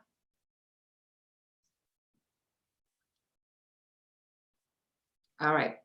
So on page 8, Heidi, real quick, I would just, as far as preparation for the open house, I think it's really important to kind of map out where you're going to have your signs and kind of have your route as far as that's concerned, because there's nothing worse than, and being prepared as far as showing up early, right? Right. So we have a whole checklist of like, if it's the winter time, you're making sure the heat sets to a certain degree, turn all the lights on, it's you never want to be rushing, especially in this market, you don't want to be rushing, 5 minutes, 10 minutes before the open house. Looks really unprofessional. And again, as far as the directional signs and just being able to pull the people in, like it takes a little thought energy to make sure you have that all situated before you pull the trigger. Yes. Yeah. And one of the worst things I hate is seeing an agent pull up after I'm already sitting there and he's got or she's got to unlock a door and they're always rushed. I'll be right with you. I'm so sorry. And they're throwing lights on. And I haven't seen it as much during COVID, but beforehand, it was a constant thing, which, as Matt said, it's very unprofessional. So plan this ahead of time. Plan what you're going to do. Make sure that that house is ready for the, at least 15 to 20 minutes before the people are arriving. So how long? I'm sorry, did you say 15 to 20 minutes before? I would say have the house ready. So you are just waiting at least 15 to 20 minutes before people arrive. Okay. Yeah. So if you know that it's going to take you 30 minutes to get to your open house, you've still got to put up signs. You may have to stop to pick up, I don't know, water or something like that. So just plan appropriately. Give yourself enough time that you're all set up at a minimum of 15 minutes beforehand. Okay?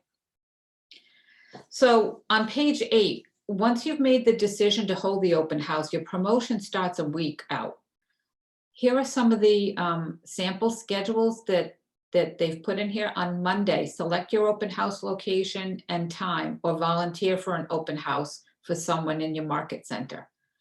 Post it online, generate your call list, and call 25 neighbors. So in your market center, you might want to check with your productivity coach to see if they have a way to generate a list of telephone numbers around the area where you could cold call and let people know that you are having an open house. On Wednesday, post it online, install the KW mobile search app on your phone if it hasn't already been installed, and put a sign in the yard or put a rider on the sign saying an open house on whatever day. Thursday, post it online again, invite your database, return the yard sign calls if you get any, and email property-based internet leads. So you want to make sure if anybody reaches out to you about the open house that you connect with them. So on my latest listing that I had literally put the for sale sign up that day, and I got a phone call from one of the neighbors who was walking his dog, and I invited him to the open house on Saturday. Friday, again, you want to post it online. Prepare market stats and comps so you can do either paper or digital. It's a really smart idea to, if you have an iPad or a tablet or something like that, that you can bring with you. That way, if this house isn't the right house for people, you're going to be able to say, well, there are some other houses in the area that might be more to your liking. And if they're not represented, that's a really good thing to be able to do for them, because you're already showing them your value. That even though you're here doing this open house, it doesn't suit them, you can find them something else. And then on Saturday, post it online, place your directional signs, door knock the neighborhood. I don't know that I would place the directional signs. I place mine the day of. I don't place them the day before. They have a habit of growing legs and disappearing. Or being, somehow they end up traveling into woods. I don't know. I've lost more directional signs from kids throwing them into the woods than anything. So do your directional signs as you're going to the open house and you're setting them up. Door knock the neighborhood a few days ahead of time. And you can, put any open house flyers if they're not there, stick them in an open house in a door hanging bag and leave it on their doorknob. Any questions about the sample schedule? I'm going to let you plan your own sample schedule. All right, so prospect. The focus of this step is in the model is to promote and host the open house. Proactively promoting your open house is extremely important. I love videos. So if you're not into the door knocking, I would definitely be posting videos every day. Instagram, Facebook, emailing it to your database, absolutely generate those videos. People love videos. Build rapport with the people that come to the open house, regardless as to whether they are represented by an agent. Talk to that agent. Build a rapport with him or her. And then if they're not represented by an agent, you want to be asking questions, probing questions about, are you looking in this area specifically? Are you familiar with this area? What do you like about this area? Finding out what's important to them. Callie, did you have a question? Just a quick question. You said if you are building rapport with buyers that are coming through the open house and they already are represented with an agent, you're recommending that we find out who that agent is and reach out to them? And Absolutely. Absolutely. I create my own sign-in forms. I don't use the standard form because I'm tired. I think it was Lauren on handwrite. So mine says print, and I tell them print.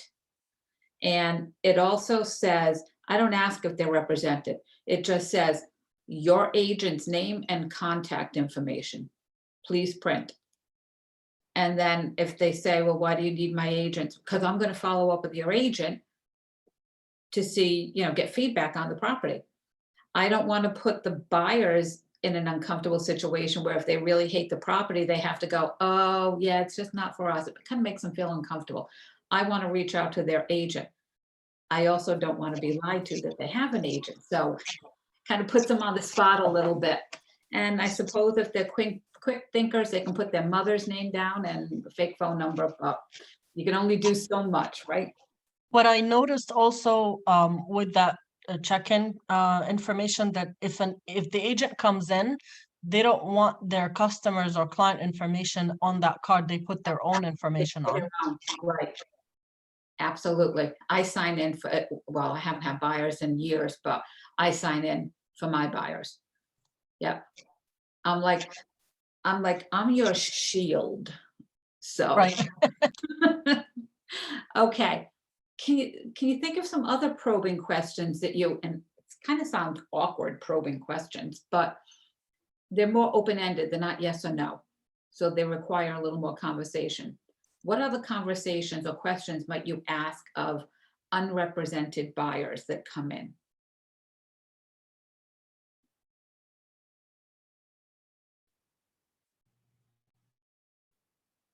Remember, you're looking to develop, to start developing. So did we already ask them if they were represented? Are we going from the beginning again? Well, we know they're not represented. Okay. I was gonna say, I heard a question about family, but then I wonder if we're getting into the protected class issue. Yeah, I wouldn't ask about family. I might say, is this house a good size for your family? It's 3 bedrooms. What's the time frame in which you're looking to buy? Yeah, what's the time frame? Okay, what else? I would go from what you said, and then I would follow up and say, obviously I work in the area with multiple, sellers and buyers, and I have I always come across potential houses. So, maybe we should follow up for an appointment to see what your needs are, so I can assess them and go from there. Okay, I'd ask him what time frame. time frame, right? How soon? I'd ask him whether they're, do they have any limitations on price? When are they, why are they moving? Things like that. I Where are mean, they coming from? Where Yeah. are you coming from? Yeah, yeah. It's important to them. Remember, when you're having conversations at open houses, and it says probing questions, you want to keep it light enough that you're not appearing to them as if you're pouncing on them or you're a used car salesperson. That's not something we want to do. We don't want to look as if we're attacking them as soon as they walk in the door. So keep it light, keep it conversational.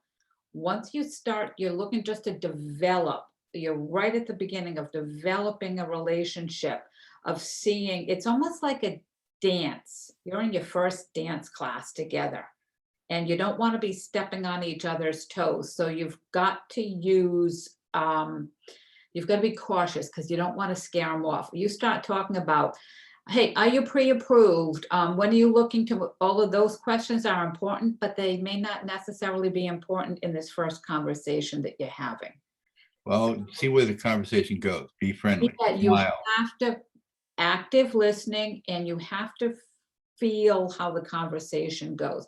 You have to really see what the body language is like. If they're looking away from you or they're stepping away or they're moving away, then slow your roll, pull back. All right. If they're looking at you and you're having conversation, then go a little bit further and then always go in for a close with them. It was great meeting you today. I'm so glad that you came to the open house. I'm sorry it wasn't a right fit for you. Would you like to get together over Zoom or in person and see if we can find something else that would work for you? So I don't use a hard close at an open house. I use a hard close at a listing, but not at an open house. I'm a little softer at an open house because I want to continue. I want to go on to dance lesson number 2. All right.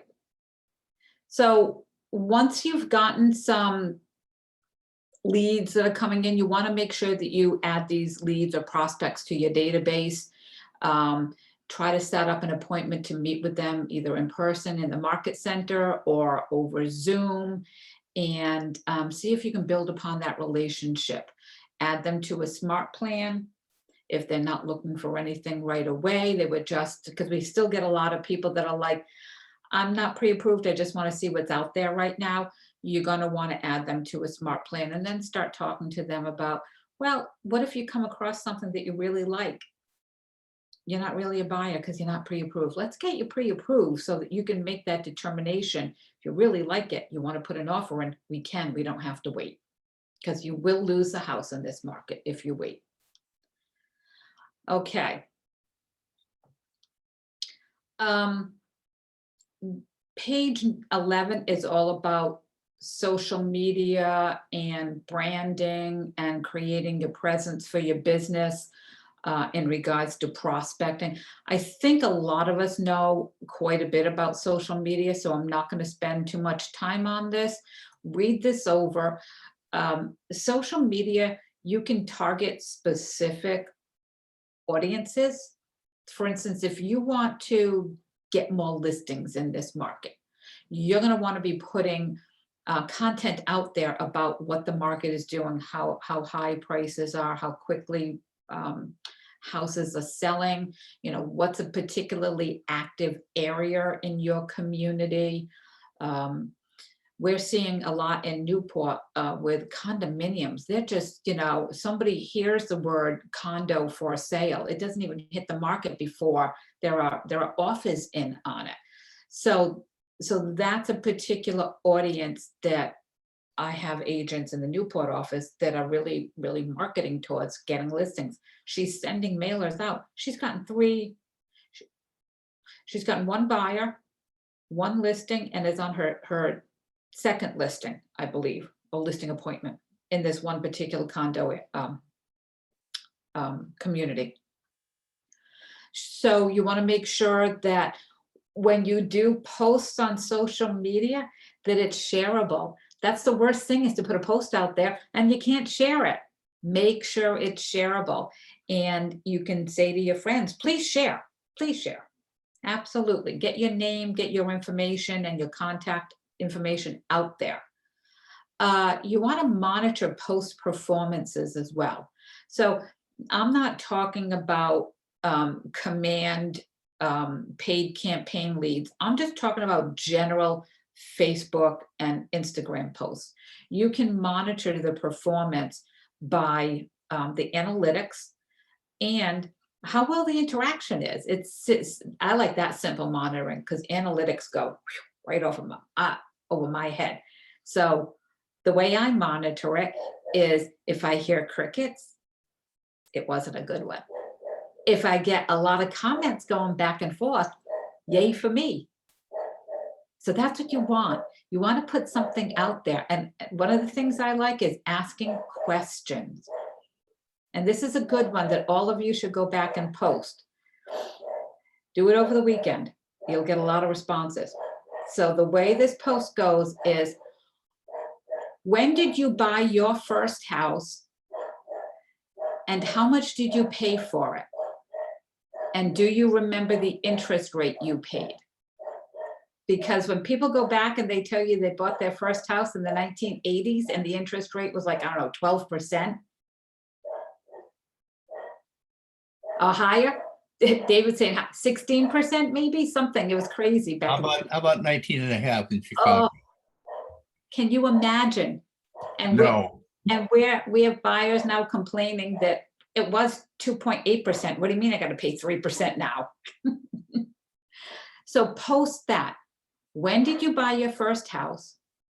How much did you pay for it? You can even ask, where was your first house? How much did you pay for it? And do you remember what the interest rate was? That's a conversation starter.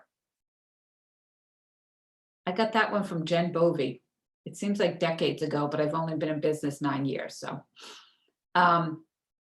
you'll get a lot of response. Hopefully you'll get a lot of response on that. Other things, and I'm sure some of you have seen this, where you do a poll on Facebook or Instagram. I just did one the other day. In 2020, we spent a lot of time at home. What's the next upgrade we want to do in our house? Kitchen, office, backyard, and I think it was something else, I forget. So Ask people questions. People love to talk on social media and respond. And then you can get into conversations with them after that. Oh, you want to do a new office? When is that project going to start? I have a friend who collects teddy bears. She responded that she wanted a new office for her job. And I said, do you need a bigger house for all of your teddy bear collection or your teddy bear crew or something like that? And she said that her husband was saying, no, she has to downsize the teddy bears, not the house. So social media, you can have a lot of fun with, but if you do it in a way that is proactive and you get responses to, then you can carry on that conversation and it may lead to something else. All right. I'd cut you off real quick if you don't mind. I just got a private message, and I don't know if that was meant on purpose, but someone had just put in here that they said they would love to see how an agent handles an open house, and how would they, how would that be perceived if they called the list agent and said, can I shadow you on an open house? And I replied, I think it's a great idea, and that's something that, there's a system behind it, and you definitely want to understand what the mindset is going in, the preparation around it. And that's the one thing, as far as Keller Williams, like the culture that I absolutely love is that, we'll share everything with anyone. Mm-hmm. If someone wants to come to an open house or be on a buyer's consult, anything like that, especially the ALC in your market center, they should be all, open to that. So it's a great idea. Any shadowing for everything and anything, that's the best way to learn. So what I would tell them also, Matt, is reach out to your coach or your productivity coach, and he or she should be able to partner you up with somebody in your market center in which you can shadow from. ALC members are great because they're usually the top 20 of our market center, so they tend to have a lot of regular business. And we're going in, the spring market's already here, so cross your fingers, we're going to be getting more listings, so more open houses and open house availability for shadowing should be opening up shortly. But reach out now, definitely. And if you don't have a PC coach, talk to your team leader. So when you said ALC members, what is ALC? ALC is, and I always get this wrong, Associate Leadership Council. Is that right, Matt? Yes, Associate Leadership Council. They're the top 20 in the office, Dino. Okay. That are like the top producers, and they help the market center in regards to supporting the agents and in any sort of decision making that has to be done in the market center. They help vote upon it. Okay, thank you. You're welcome. All right, so it's just a hair after 11:15. I'm going to give you guys 10 minutes. So a few minutes before 11 o'clock, come back and we will finish this up and do some phone calls.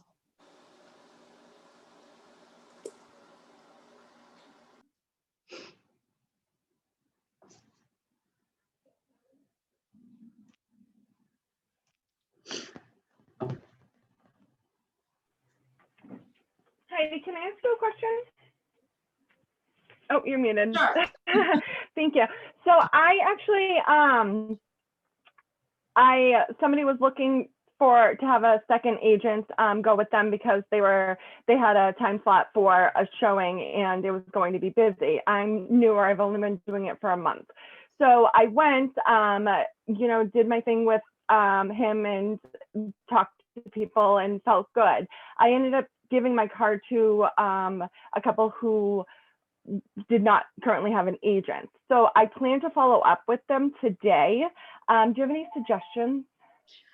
You can certainly follow up, Melissa, and ask them what they thought of the property, get some feedback on the property, and then start having a conversation about, what are you looking for? Where are you looking? Definitely, do you know if they're not with an agent? They're not represented? They're definitely not represented. Nope. Definitely not. Okay. All right. So that would be the first question I would definitely ask. You might want to ask, are they pre-approved? Have they gone through that phase? So the property is, there was a lot of investors that were going. So if he or the couple is like a cash offer, how would I go about that? They still have to go through a mortgage company? No, not if they're cash. No. They're buying cash. They just, Okay. what's called proof of funds. And then who would give the proof of funds? Just them from their bank account? They can get a letter from their bank on bank letterhead, which I always like better instead of just taking a picture of the bank account and whiting out the account information. You can get a letter from the bank. They can do it in email, they can do it in paper mail, whatever, but get a letter saying, you know, what their funds are that would cover the cost of the house. Okay. And now if they may want to go forth with this property that they viewed, all offers are due by Sunday. At what point do I discuss with them that we need to have, you know, the broker disclosure form signed and then the exclusive agency form signed? Now. Today. So, okay, so if they are interested, after I've kind of said, hey, you know, how have you been? Did you enjoy the property? Do you want to move forward? Just before we go any further, there's this form that we can discuss. I have to have you sign it. And then if you would like me to represent you as your agent, there's an additional form. I can explain it to you and then we can go further from there. And then let's put the offer in. Yay. Yep. Okay. Okay, Melissa, thank you. I appreciate it. Melissa, in your market center, do you have a productivity coach or a Yeah. mentor that you're working with? Yeah. So definitely circle around on that. I don't know what market center you're in, but yeah, let's make sure that you have all your ducks in a row. And typically, you might want to set up a strategy session with them. And I bet in your market center, there's some sort of buyer consultation class or something that has the list of questions that you generally want to ask new people, you know, and it's a basic list of 10 things. Go ahead. Okay. Yeah, so I went, I do have the scripts and everything, and I was trying to find a good one that would work for this situation, but nothing really was exact to this situation. So I figured if we were going to be calling people soon, I really wanted to reach out to these people, especially if the offer is due on Sunday. It would be my first one. So I figured I would ask here and go from there.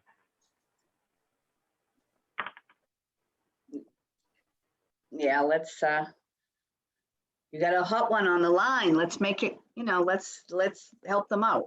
Get them to the next step for sure. Anybody else have any masterminding ideas? Where could we get that list of the 10 questions to speak with the buyers? Well, I have one. I could certainly try to copy it and throw it in the chat if you'd like. I'll try it. I'll do that. That'd be fantastic. Awesome. Thank you. Yep. Again, this is. Go ahead, Deb. Sorry. Well, I was going to say every market center in every state has different rules. So here's I'll find mine and put it in there. Go ahead, Matt. No, I was just going to say from Melissa, you know, as far as I know you have a very specific situation as far as how that happened. And just going back to developing rapport at an open house, I always love to ask, so because most of the time they're going to come in kind of having their guard up, right? So I'm always very light about it. I'm like, hey, are you guys checking out a bunch of properties today, or is like this your first one, right? Then that kind of opens it up, and then I like to ask them like, well, how long you been in the market for? And I know that Heidi is not, she said she doesn't close as hard, with an open house versus a listing presentation. But I like to really kind of get to the root with people. And I learned this from someone called Cody Gibson, who's one of the big players with Keller Williams and a Bold Coach, which is one of our fantastic training programs.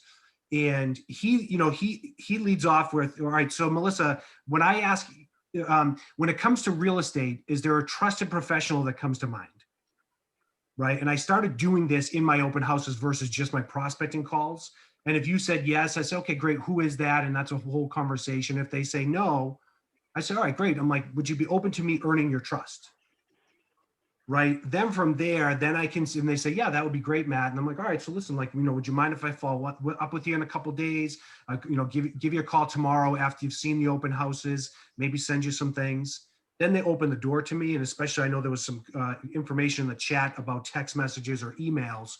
Once they say yes, they have no idea what they said yes to of saying, yes, you can market to me.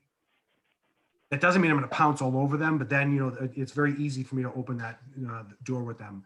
But with these guys, yeah, these guys and girls, like they said, you definitely want to have them sign that agency disclosure. That's the most important thing. And, depending on where you are and what your market center requires as far as offers, but, you definitely want to have that conversation with them that, is this the right property for them? And really you want to get in front of them and figure out like, what is it that you want and need? And then how can I frame an A++ experience around that for you? Thank you very much. Yeah. For Deborah, who's looking, yesterday, and in the Ignite toolkit, there's a buyer lead sheet that just goes over, it's 2 or 3 pages, but it has 10 questions on that. It's right in the toolkit. It was provided in the chat yesterday, if you saw it there, or you can go to the toolkit and grab it. Oh, okay. All right, we're gonna get started again.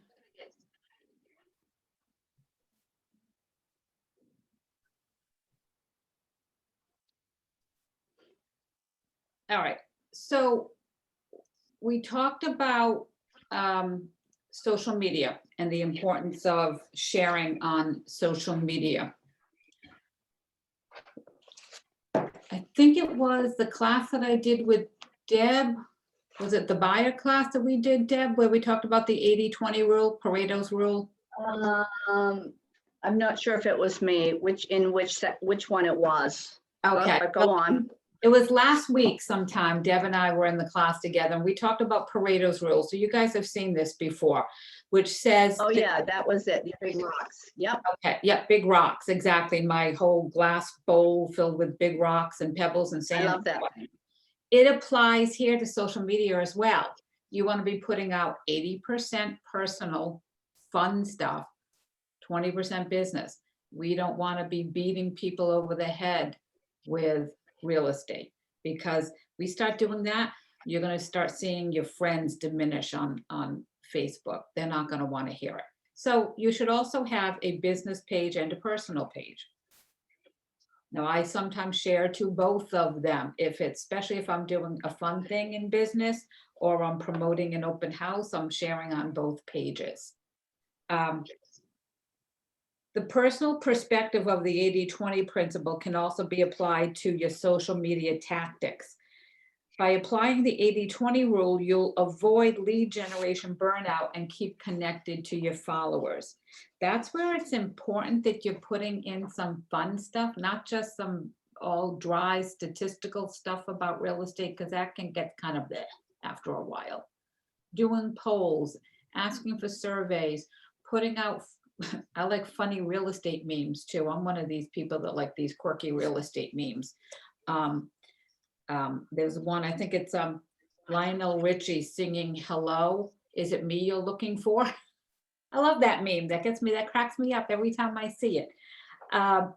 So diversify your social media. It's extremely important. It says some best practices for the 80-20 rule. 80% personal. Show the world who you are. You're not just a realtor. You may be a mom, you may be a dad, you may be a grandmother, you may be a student, you just may be a fun all-around person. Show the world who you are, because this business is about building relationships and being in a relationship, right? They want to know you, not all the realtor person that you are, you. Social is a great sales and marketing tool, but balancing your business posts with some that show off your personality, your values, and the aspects of your daily life are very important. 20% business. Keep your content relevant, consumable, and appealing. Relevant, consumable, and appealing. So we want people to be finding the information that you're putting out there to be able to apply to them and people they know.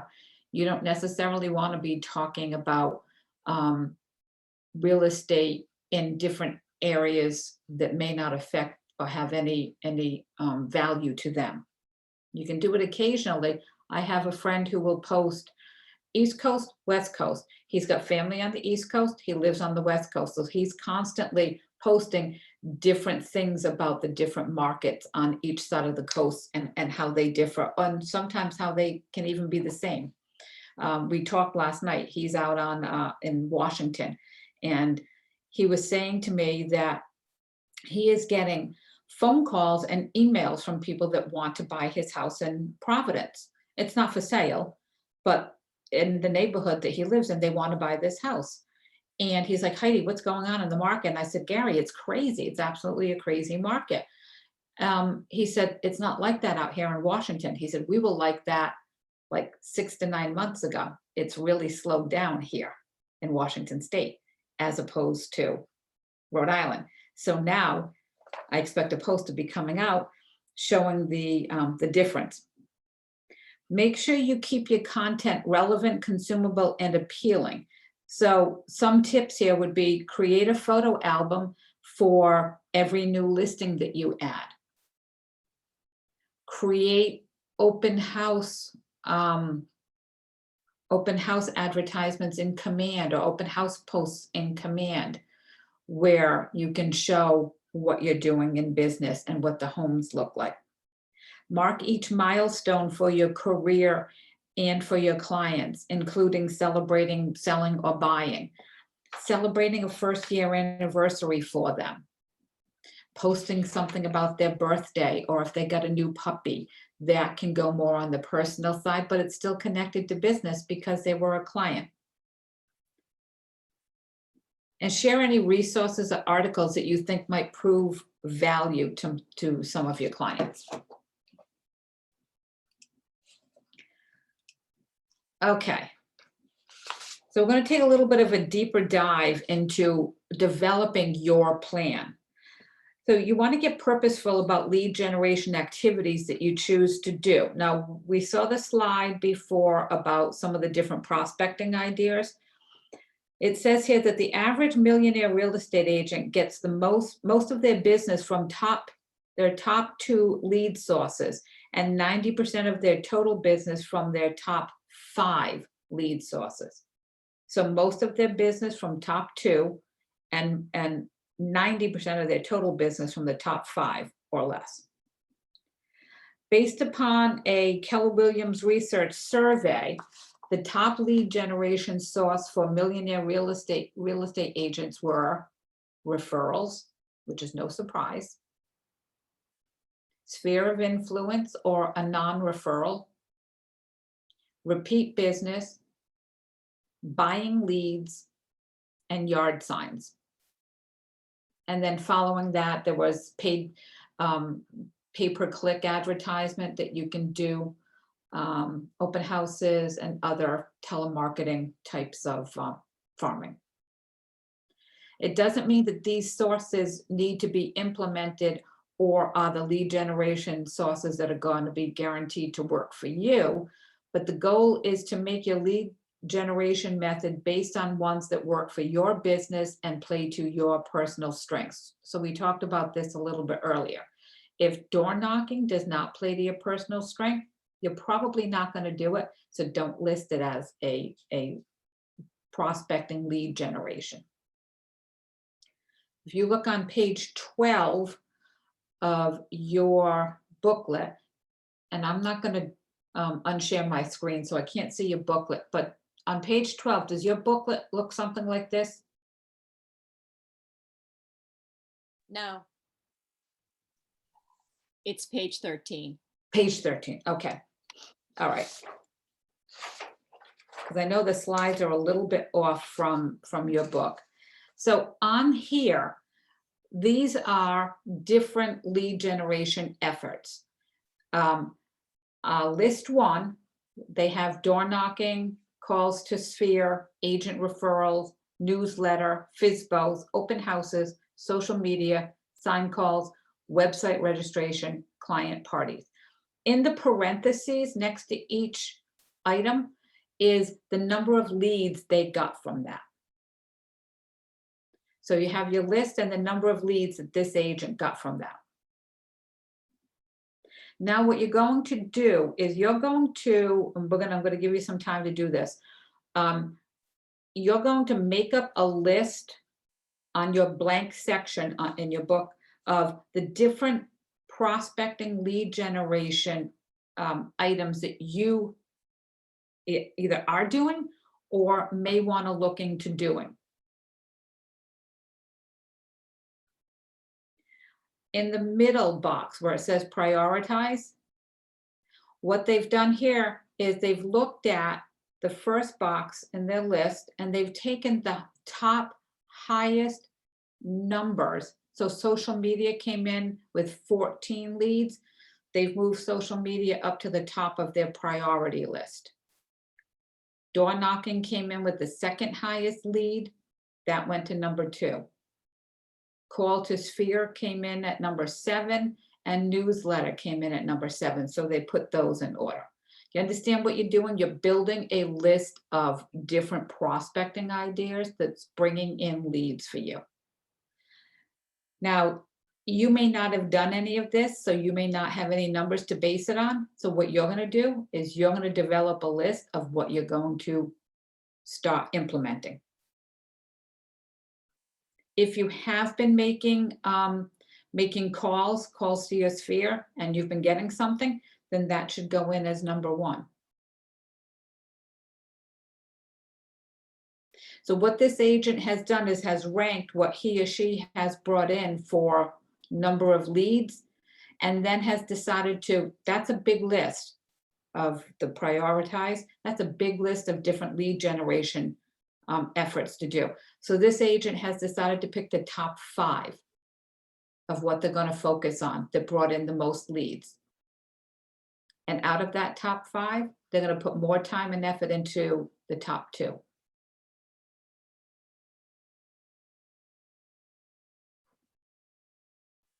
So they want you to focus on the sources that have proven to be successful. And you want to focus on the sources that are based on your strengths. So who has questions on this? Is this clear? What's the sign calls? People that see your sign? Yep, exactly. If you have a for sale sign out there, or you're doing an open house and you put up an open house sign with your name on it and they call you, that's a sign call. Okay. It says here, Connect 19 newsletter. That's just a newsletter. I do a MailChimp newsletter once a month. I have a terrible memory. FSBOs? FSBO, for sale by owner. Okay, thanks. So who's willing to say or give us an idea as to what you think the top 2 or 3 areas of prospecting and lead generation might be for you, what you're going to look into doing or start doing?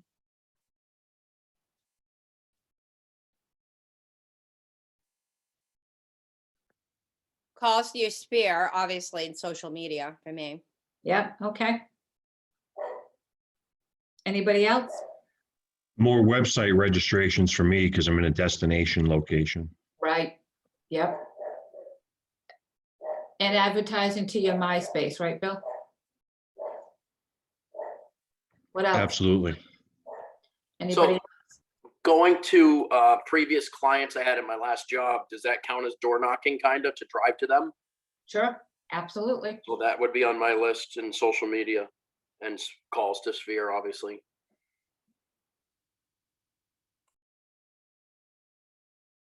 What else?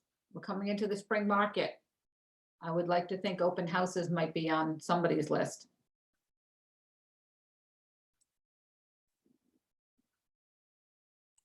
Yeah, I'm looking into that with my team leader right now, something, to shadow somebody through the process. Definitely on my list. Yeah, awesome. So we don't have enough time to do it here. Your homework over the weekend is to take a deeper dive into this list and figure out either what you're doing or what you want to start doing. I know most of you are, if not all of you, are pretty new on this. So if you're going to be doing open houses, connect with people in your marketplace, market center that you can offer to do open houses for or with. Social media, do that social media post that I asked you to do over the weekend. You know, when was the first house you bought? How much did you pay? And do you know what your interest rate was? Make phone calls, send text messages. So that's your homework for the weekend, is developing your plan. All righty, we are pretty much at the end of class time for here. Let me unshare. And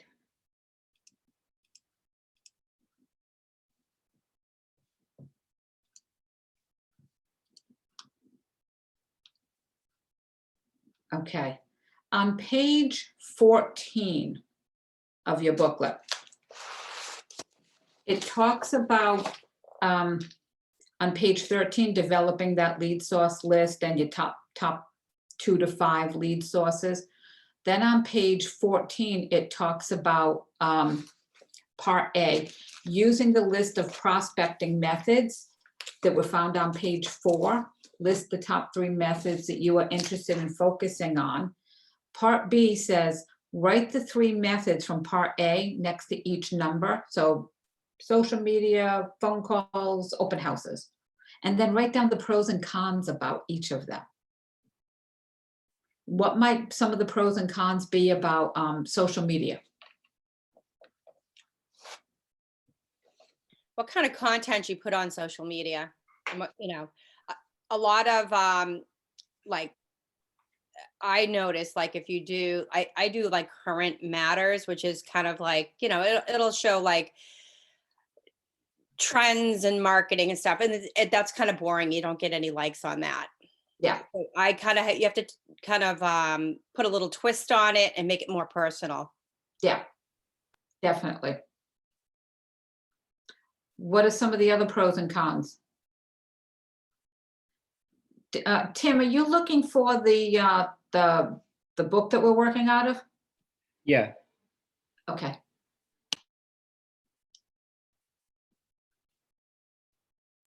Thanks, Matt. So what are some of the other pros? Can you repost the booklet for me? I can't find it in my downloads. He just did. Oh, okay, great. So what are some of the other pros and cons about, let's say, phone calling?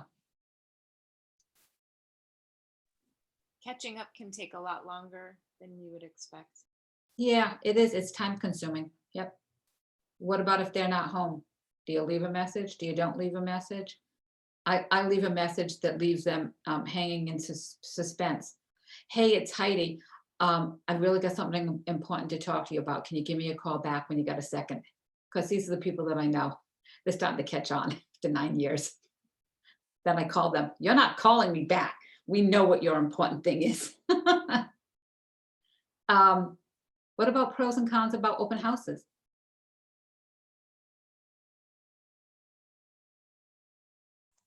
All buyers have agents. There you go. All buyers that come in have agents. My agent is Minnie Mouse. Yeah. Anything else? All right. Part C on page 15.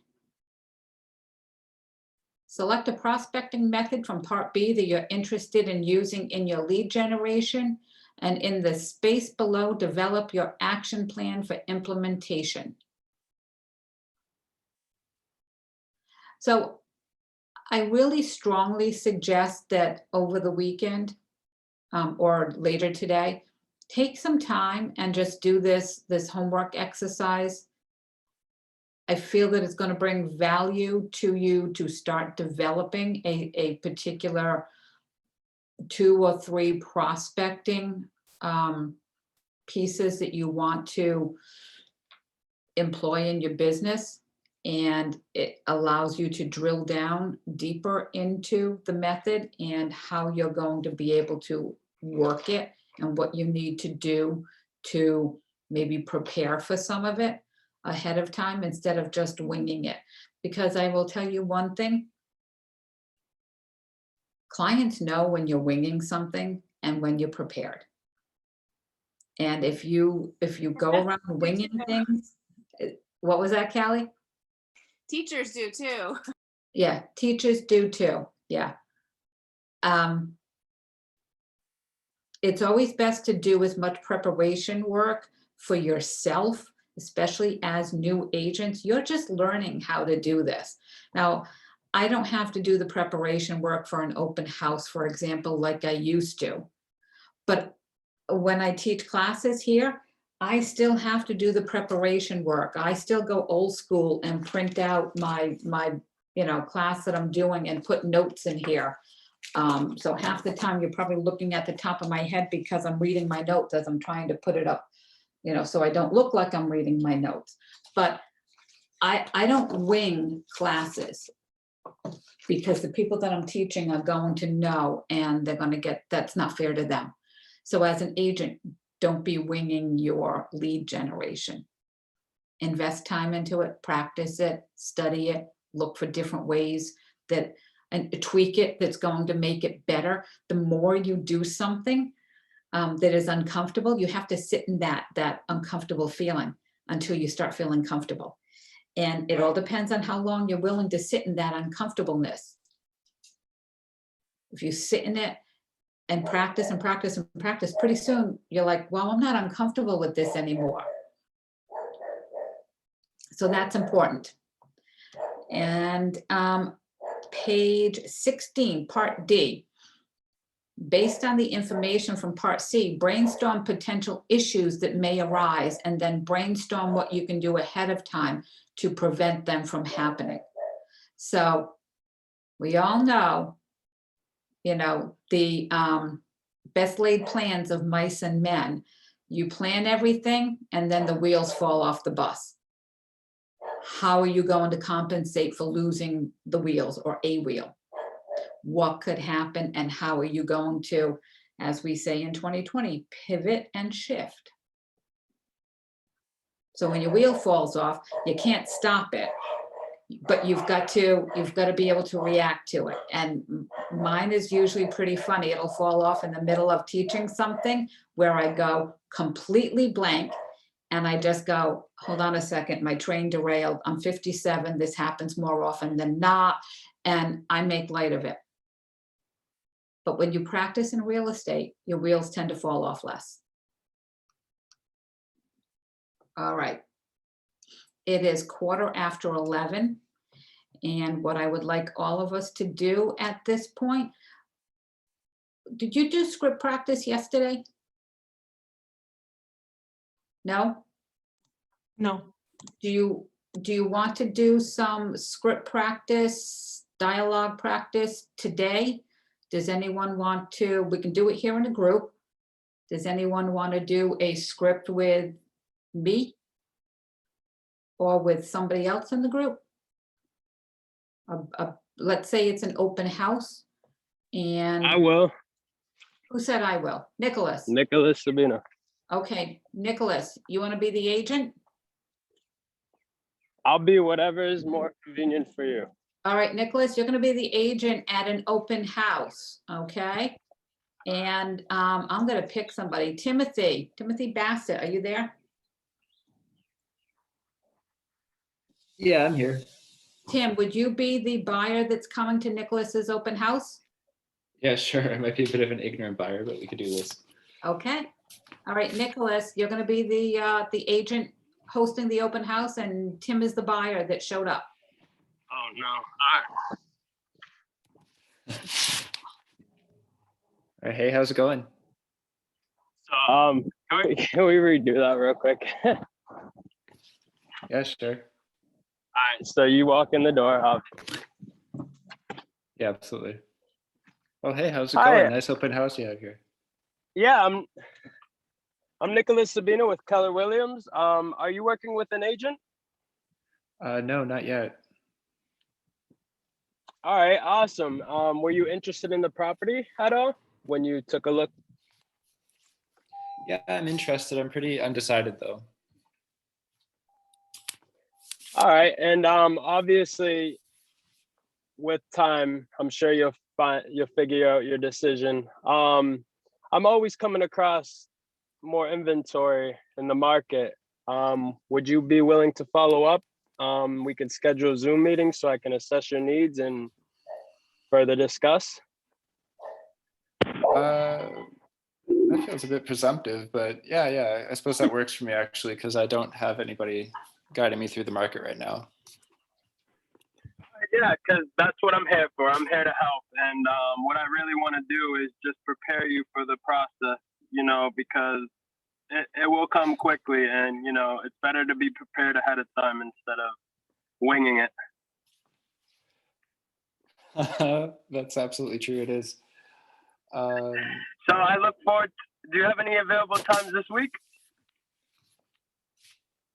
Yeah, sure. It's Friday. We can do Saturday afternoon. That works for me. All right, awesome. The sooner I look get forward into a to- house, the better. Awesome. I look forward to seeing you Saturday afternoon. What time? You said 12? It's lunchtime. Let's do 2 o'clock. All right, perfect. 2 o'clock on Saturday. Where are we meeting? Zoom? So we can meet in my office, the Cummings Center, if you feel comfortable. If not, we could schedule a Zoom meeting. Yeah, Zoom might be best actually. Awesome. So I look forward to seeing you at 2 tomorrow via Zoom. Okay, perfect. Bye-bye. All right, thanks. Wait, but we're Bye-bye. standing in front of each other at a open house though. Okay. Okay, bye-bye. All right. I'm sorry, I'm so That's used fine. to doing phone calls. All right. Sorry about You that. are volunteers. You are physically at an open house, speaking with a buyer that is coming in to view the open house. How would you be role-playing this as an agent and the buyer? Who wants to be the agent? I don't mind. I can do it. Melissa, you're going to be the agent? Okay, we need a buyer for Melissa. All right, I'll be the buyer. Dino, okay. All set? All set. All right. Okay. Hi, how are you? My name is Melissa Cody. I'm with Keller Williams. Hi, I'm Dino. Nice to Oh. meet you. What am I again? I forgot. Dino, you're the buyer. Okay. All right. Hi, Dino. Nice to meet you. Nice to meet you too. So I just want to let you know a little bit about this property. Would you like some paperwork that I printed out for you to give you the information? Sure, that'd be great. Wonderful. So this property is a 2-bedroom, 3-bathroom. It's been on the market for only a couple of days. And if you want to take a look around, I'd be more than happy to discuss any questions you might have afterwards. Okay, that'd be great. Perfect. And then afterwards, if you have any, if you have an agent that you wanted me to reach out to, I'd be more than happy to do that as well. Oh, yeah, I have an agent. Yeah. Okay. Oh, perfect. Okay, then. Well, just let me know if you have any questions, and then I can get that information afterwards. Okay. Thank you. Okay, good. Matt, you want to do one with me? All right, I'll be the buyer, you be the open house guy? I'll be the open house guy. You be open house guy, okay. How deep you want me to go in this? Like real life, what we would do? Yeah. All right, I'll fast forward through certain parts of it. So you just came through the door. Hey, how you doing today? I'm sorry, you broke up. Oh, that's okay. How are you today? I'm good, how are you? I'm doing great. My name is Matt. I'm actually the list agent for this property. So I just want to say thanks for coming. First of all, I just want to check you in real quick just to get some basic information. We'll follow up with you later on just to get see some feedback for the sellers. So we go through A, B, C, D, the whole thing. One of the things, break script, one of the things I like to ask, this is how I frame the question around the agent script. So Heidi, is your agent meeting you here today? No, I don't have an agent.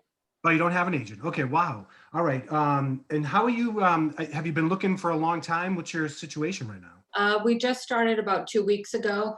Hmm. And how are you feeling about the process? I'm not liking it. All right, talk to me more about that. What aren't you liking? It's crazy. There are too many people at these houses, and they're going really, really fast, and it's just overwhelming. Absolutely. So Heidi, let me ask you, because I'm surprised that you don't have an agent you're working with. Do you not have a trusted professional that comes to mind as far as real estate's concerned? I know a lot of different people that are in real estate, but I don't have a real relationship. I see them on my Facebook page. Yeah, absolutely. Absolutely. Just like me, we have a zillion relationships with agents. So let me just ask you this real quick before I let you go run around the house. Would you be open to me earning your trust? So when it comes to real estate, you're going to thank Matt Swerk and the Legacy Star team. I would be open to having a conversation with you and building that. Yes. Absolutely. Absolutely. Yeah, absolutely. That's great. All right. So listen, so a couple things about the house, A, B, C, D, E, F, G. Why don't you go ahead and take a look around? I like to treat people the way I like to be treated. I'm not going to hover over you. I'll be kind of floating around. So if you have any questions or any concerns about anything you see, definitely ask me. And then, like I said, I'll just pinpoint a couple things. And if you have questions, absolutely let me know. Okay, that sounds good. So I kind of let them maneuver through the house. I'll kind of go downstairs as they go upstairs. As I hear them saying something or questions come up, I'll go upstairs and I'll say, hey guys, any questions? And then, before they leave, I would just say, all right, so, like we discussed earlier, I would love to be able to prove to you and to earn that trust with you. Do you mind if I follow up with you? The other thing, I'm sorry, I always ask at the beginning is, are you going to see a lot of properties today? We've got another 1 or 2, I think we're going to see. Okay, all right. And are they all in this area, Heidi, or are they all over the place? No, they're in this town and the next one over. Okay, all right. So one of the things I was talking about as far as, gaining your trust, anytime someone that's entering into this market, and, we hear it all the time, you're absolutely frustrated with what's going on. Our team specializes in taking the stress and the aggravation out of the process. So really the start of that is I love to sit down with people for about an hour, give or take, really understand what it is you want, what it is you need, and then what we might be able to do to provide you an A++ experience. So why don't we do this? Why don't you take a look at the other properties today? I'll give you a call tomorrow. How does afternoons look for you? That's good. We're available after 2. Okay, perfect. I'll give you a call around 2 and then see if you liked anything, and then we can set up an appointment for us to sit down together and really understand what you're looking for. Okay, sounds good. Bill's comment. I would be flipping out about now. I just want to see the house. You know what? There's something that I'm hoping that you guys learn that Keller Williams really, really focuses on. It's called mirror and matching. So now Matt did a really, really good presentation to somebody that didn't have a realtor, and he was looking to start building that relationship, which I'm the type of person that I would stand there talking to him because I have the patience to do that, saying, yep, okay, and then go see the house. But if I see that I'm working with somebody or Bill comes in and Bill is, again, he's starting to look away, he's starting to move away, I'm not going to chase Bill through the house to continue having my conversation. So mirror and matching is watching what the buyer or the seller is doing and matching and mirroring their behavior. So if they're acting antsy, you're going to stop and you're going to let them go and do what they need to do. If they're not, if they're still keeping eye contact with you and they're listening and they're nodding and they're responding, then you're going to keep going with that.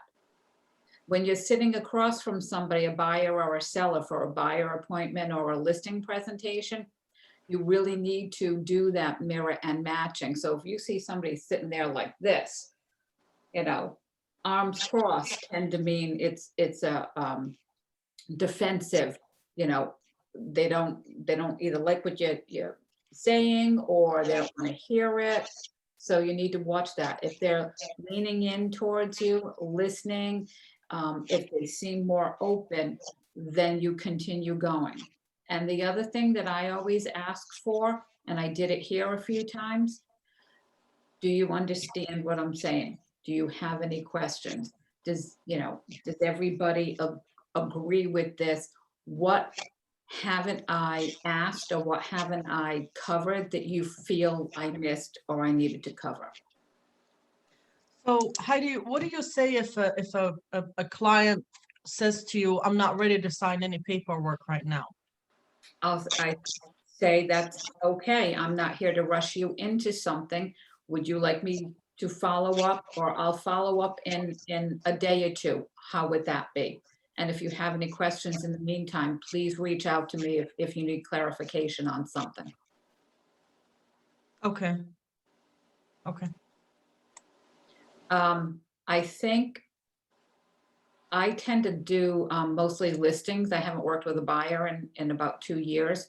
And the listings that I tend to get are more referral based. So these are people that either know me or have people that know me and have referred me. So I don't think I've ever run into it since maybe 2013 where I haven't left with the listing agreement signed. There was one that I can remember that the couple was just not quite ready. They wanted me to leave so that they could talk about it amongst themselves. But 24 hours later, they called me and said, okay, we've talked it over. Can you come back and go over the paperwork with us? All right. I'm going to give you guys about 15 minutes. So it's 11:30.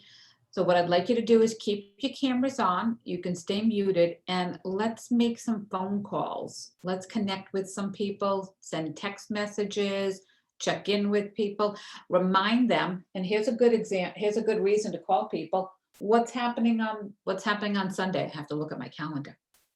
Daylight saving time. Yay. Why don't you make some phone calls and remind people? Because I know I typically forget, even if I post it on social media to remind my people, I forget. So you've got until about 1:15, make some phone calls, and then we'll come back here and talk about how they went. So Heidi, I have a quick question, and it doesn't have anything to do about what we're doing, but that link that you sent for the pages that you were doing in the booklet. Okay. Is that just for those pages? Because I don't have the booklet at all. And I've never been given the booklet, the whole booklet for this whole Ignite program. Where do I get that? They're all on the Ignite 2.0 Facebook page, do you know? Okay, all right. They're broken down into units for each class. Okay. But I can drop it in the chat here. I think I can. Okay. Let me see if I can. File, there we go. Yeah, so I'll just drop the booklet in the chat message and you can download it there. Okay, all right, perfect. Thank you. You're welcome.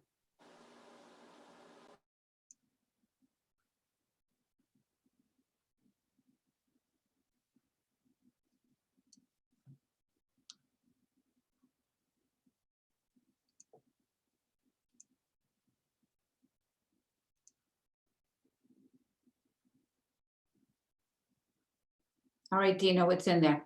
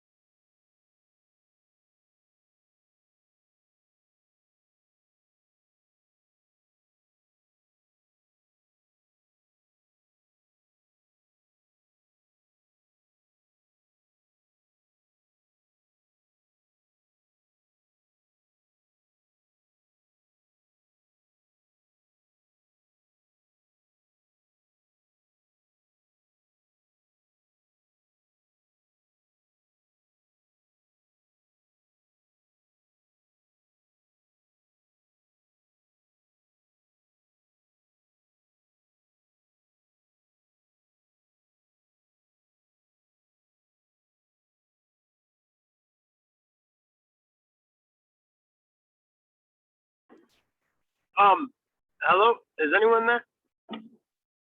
Yep. Hi. Hi. So, I missed out on what you said when you said, what was the homework? So, hold on one second. No, right. I was on the Facebook page and it was running as well. So Nicholas, your homework is, I think it's page 13 through 16, I believe, in the book, where you're going to be coming up with a prospecting plan for yourself and as to what you're going to be doing for lead prospecting and lead generation. Okay, now can I ask you from your own personal perspective, what do you think the best way for me to like review that book is? To print it out or just keep doing it over electronic device? I print it out. If I've got any homework that I'm doing in it and I'm writing anything, then I'm printing it out because it's a plan that I'm creating for myself. So Right. I'm going to want to, you know, as I'm creating the plan and trying it, I'm going to want to make adjustments, cross things out, maybe add new things. Okay. Now, would it be a hassle for me to download that whole, like print out that whole book? No, not at all. The book isn't very big. Okay, thank you. Yep.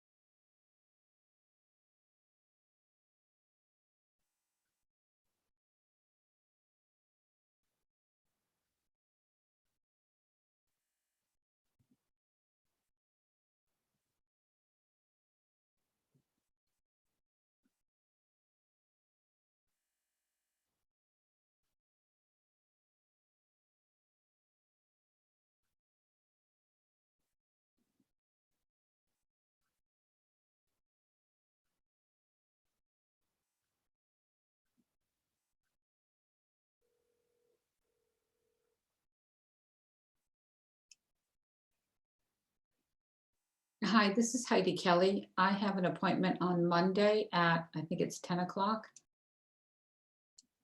I need to see if I can move that appointment. Heidi, you're unmuted.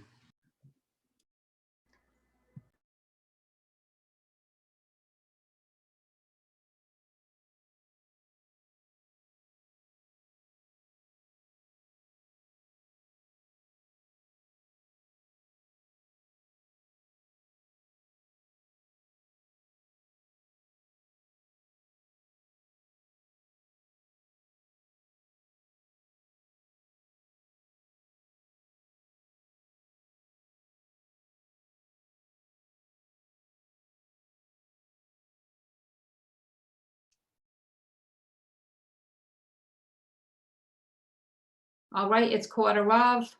Thank you very much for telling me that I was unmuted when you are hidden. I didn't realize that. I had to change my chiropractor appointment. Okay, has anybody had any luck with their phone calls today?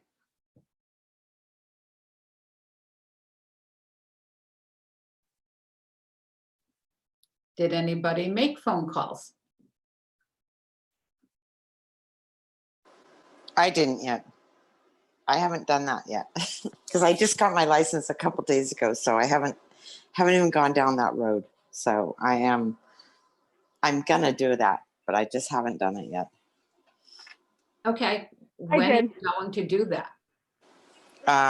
Today. Okay. I'm definitely gonna do it today. I made a list of people that I'm gonna call. Good. So Give yeah. me a favor, Dino. After you make those phone calls, give me a call. Okay, I will. Tell me how they went, okay? Okay, I will. I Awesome. definitely will. Thank you. You're welcome. Melissa, did you say you made phone calls? Yeah, so I followed up with the people that I met yesterday at an open house, asked them if they were able to discuss the property further and if they were interested, and they were not.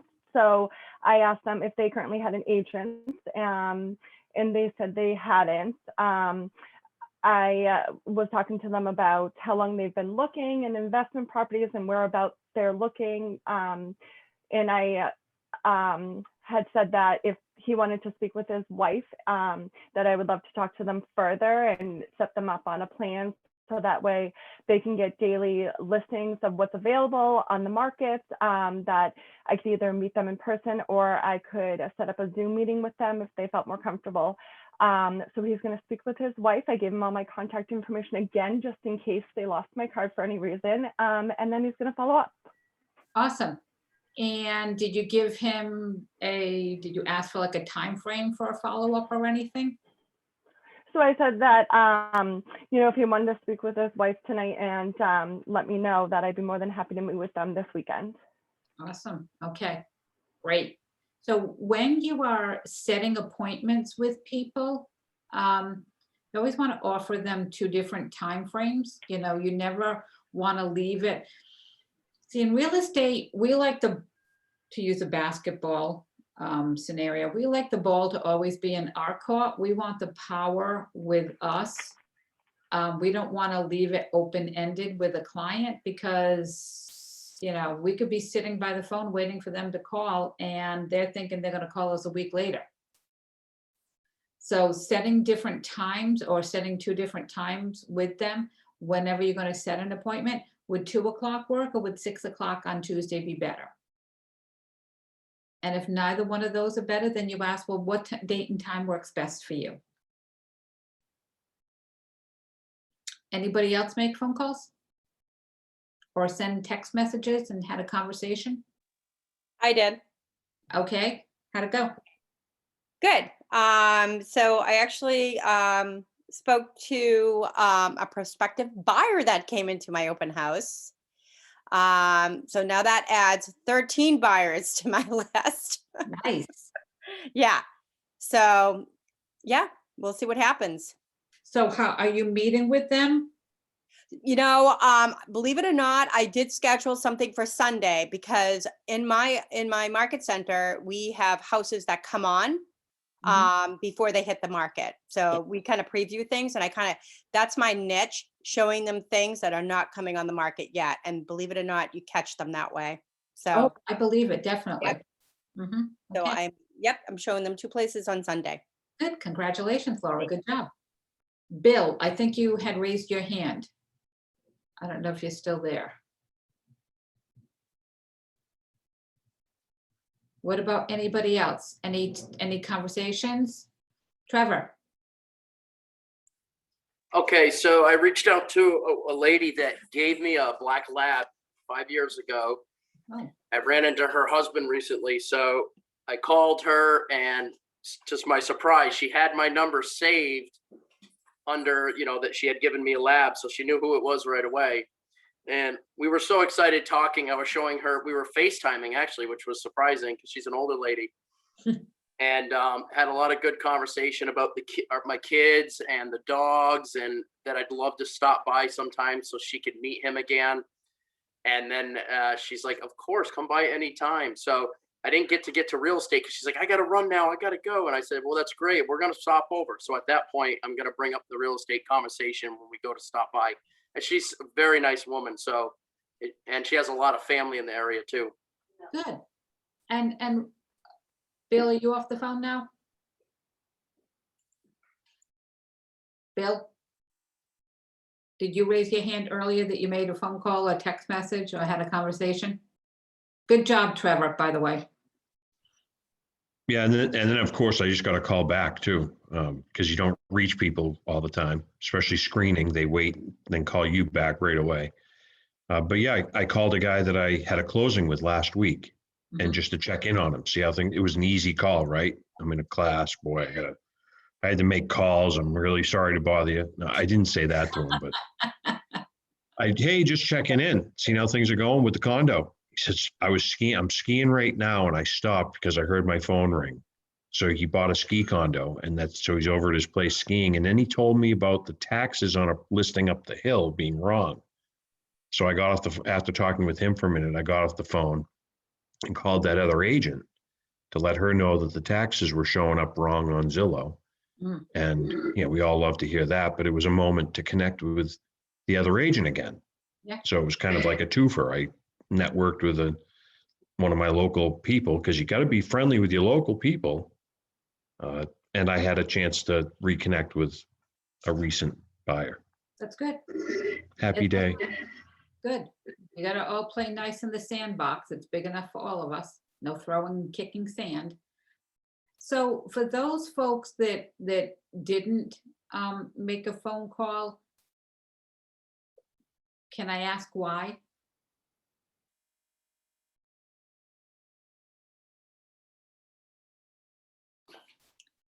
I was having some computer issues, so I was focused on trying to correct that. Okay. And I'm going to spend the afternoon on the second half of the Power Day in our Market Center. Awesome. Good. I mean, there's no judgment here, guys. We're here to help you. I just like to find out, is there something that we can do, that I can do to help you if you're feeling uncomfortable with phone calls or you don't know what to say, if you need more one-on-one, dialogue practice, what prevents you from making phone calls? I'm curious. Fear. Well, Trevor, you made a phone call. You did a FaceTime. I was still scared because I haven't talked to her in 5 years. So let me ask you, I want complete honesty, and I mean, there's only like a half a dozen of you that have your cameras on. Everybody else is, I'm talking the names. But for those of you that I see, who can honestly raise their hand and say they're afraid, they're uncomfortable? Okay. So how do you address? I am. How do you address that being uncomfortable? Remember I said you have to be comfortable being uncomfortable until you get comfortable. So what gets you to that comfortable? I think the more we do it, Yep, I agree. the more confident we feel, and then it's easier. You just have to push through. Yeah. Yeah. And I think the other thing is knowledge. So I have no issues talking with people all day long that I know the subject matter, so I'm newer at a real estate agent and I don't want to give incorrect information. So I'm more hesitant to say things that I'm not sure is correct or not. And I understand the whole, I'm not sure what that answer is and I will find out and get back to you on it, but you want to sound confident. So I feel like that might have a lot to do with it as well. So what if you were to make a phone call that didn't have anything to do about real estate? Oh yeah, I can talk all day long. That's not an issue. Okay. So what about making those phone calls? Hey, yeah, haven't seen you in a while. Are the kids back to school? Just reminding you that it's daylight saving time. Set your clocks ahead. I have to remember if it's ahead or back. Set your clock ahead. Don't tell them back because then they'll call you angry on Sunday morning. Just reminding you that it's daylight saving time. Woohoo! I'm so excited for spring. People are getting vaccinated. The world's looking like a better place. What about just having a conversation like that? And sharing, just, hey, I just wanted to share, I'm really excited. I had my first conversation with a buyer and I got really excited over it. That's just a little bit of real estate information that you put out there. You're not asking anything from them. Heidi, the funny thing is, we're still afraid because we're new. I mean, I think when we get a bunch of these in, we'll probably get more comfortable doing it and not being afraid. But so far, since we've been in Ignite, I've done 2 of these calls, that you guys said, okay, it's time to make a call. And both of them went really well. So I don't know why I'm afraid still, but. But Trevor, you know what? It's going to take a little while and that's okay. Avoiding it is not okay. Yeah. Do we tell our, as parents, do we tell our kids, don't take a chance because you might fail. Don't take that chance. Be afraid because you might fall. We don't tell our kids that. It's like when babies are learning to walk and they pull themselves up at the coffee table and they toddle and they fall down. We don't yell at the baby. What's the matter with you, baby? Why can't you walk? We're not yelling at you saying, what's the matter with you guys? Why can't you make a phone call? We understand. We've all been there. I was petrified my first day in Ignite 9 years ago. And I called my mother and they tell you, don't be calling your family members and taking the short way out. But I did. I called my mother because I was so afraid somebody was going to ask me something or laugh at me or whatever. So I went over the whole dialogue with my mother. And at the end, what does my mother do? My mother, I love my mother. She laughed at me. She says, you sounded so scripted. I'm like, I'm going to call strangers. They're not going to respond the way you do. So that was an icebreaker for me. Now that might not work for other people, but it worked for me. My mother knows me. I'm just like her. I laugh at her too. Get comfortable being uncomfortable. Until you start taking those steps forward and feeling uncomfortable, you're going to be sitting in this uncomfortableness for a very long time. And it's not comfortable. The sooner you jump into the pool, the water's fine. The sooner you're going to get comfortable and you're going to be able to look back and say, you know what? I created something that was this big that intimidated me when in fact it was really only this big. So it's like that, what do they call it? I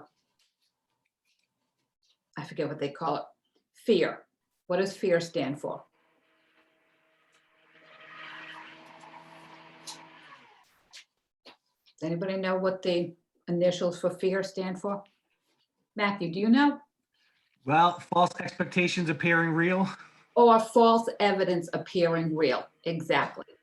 So we build up all this fear in our mind that it's going to happen. And when it doesn't happen, we're like, hey, I got this. I can do this. Believe in yourself. Take a chance. What's the worst thing that's going to happen? You're going to feel a little uncomfortable. Somebody might hang up on you. Somebody might say no. That's it. The sun is still going to come up tomorrow. It'll be okay. So does anybody have any questions before we end our first elemental session on prospecting? I just, oh, go ahead, Warren, sorry. No, you go ahead. No, I have a comment, so if you have a question, I'd love to hear it. Well, mine wasn't really real estate. I was just kind of considering Heidi's in Rhode Island and she says she's in Riverside. I was wondering, did you grow up in Riverside? I did. Okay, so you might, yeah, my mom is a big Riverside person. Yeah, you know the Platt family at all? Annie Platt? No, it was Bob, Marianne, Alice, Rosie, Kathy's my mom. You know, the friends with the Clancy clan. Nope, I know Ann Platt. I went to high school with her. Okay, I figured with Rhode Island, everyone knows everyone, so I figured I'd throw Well, it out Rhode Island's this big, so. Yep. Matt, what were you gonna say? I was just going to say, you know, and this doesn't have to do with just prospecting. This is, you know, comes to anything to do with conversations, whether you're working with clients or just in life in general, is that one of the biggest mistakes we do is create a conversation that doesn't exist. So, you know, and that's where that hesitation and that procrastination is of, you know, you have some news you have to deliver to a client. It's like, oh my gosh, they're going to take it this way. And we get all worked up in our mind, you know, as far as what's about to take place. And it's a huge limiting belief. Yeah. And that really has to be stripped. And I think that the biggest thing for me, right, I've been, you know, I lead gen all the time. And like, sometimes this little thing can feel like it's 500 pounds, right? So am I afraid to use it? No. However, I'm like, oh, here we go. And I have a whole system that goes with my mindset getting into going into prospecting. Whether it's music I listen to, all different tips from a great book called The One Thing that, you know, is a huge book that we follow as far as time blocking and being mentally prepared for that. So, and I know like you had said before about with your mom and saying like, oh, you sounded like a script, right? No one likes to hear that word script because like, that's not me. And all the script is really designed to do is get you from A to B. So that way, if you start going all out of control, you're still going to get to the final destination. And like there was a point earlier, as far as actively listening, when you can internalize what you're going to say and it's going to become natural, then you can really listen because you're not thinking about what's the next thing I'm supposed to say off of this. And it's just having a conversation with people. That's all. Mm-hmm. Yep. So don't make it so fear. Don't make it that false evidence appearing real, because it's not. So everybody do your homework this weekend, make your phone calls and take massive action and set your clocks ahead. Thank you, Heidi. You're very welcome. Have a wonderful weekend, everyone. Thank you so much, Heidi. You were great. Thank you. Thank you, Heidi. You're welcome. Bye, Bill. I'll see him on MySpace. Thank you, Heidi. You're welcome. Have a great weekend. You too. Thank you, Heidi. You're welcome. Bye. Bye, Dino. Bye, Heidi. Thank you. You're very welcome.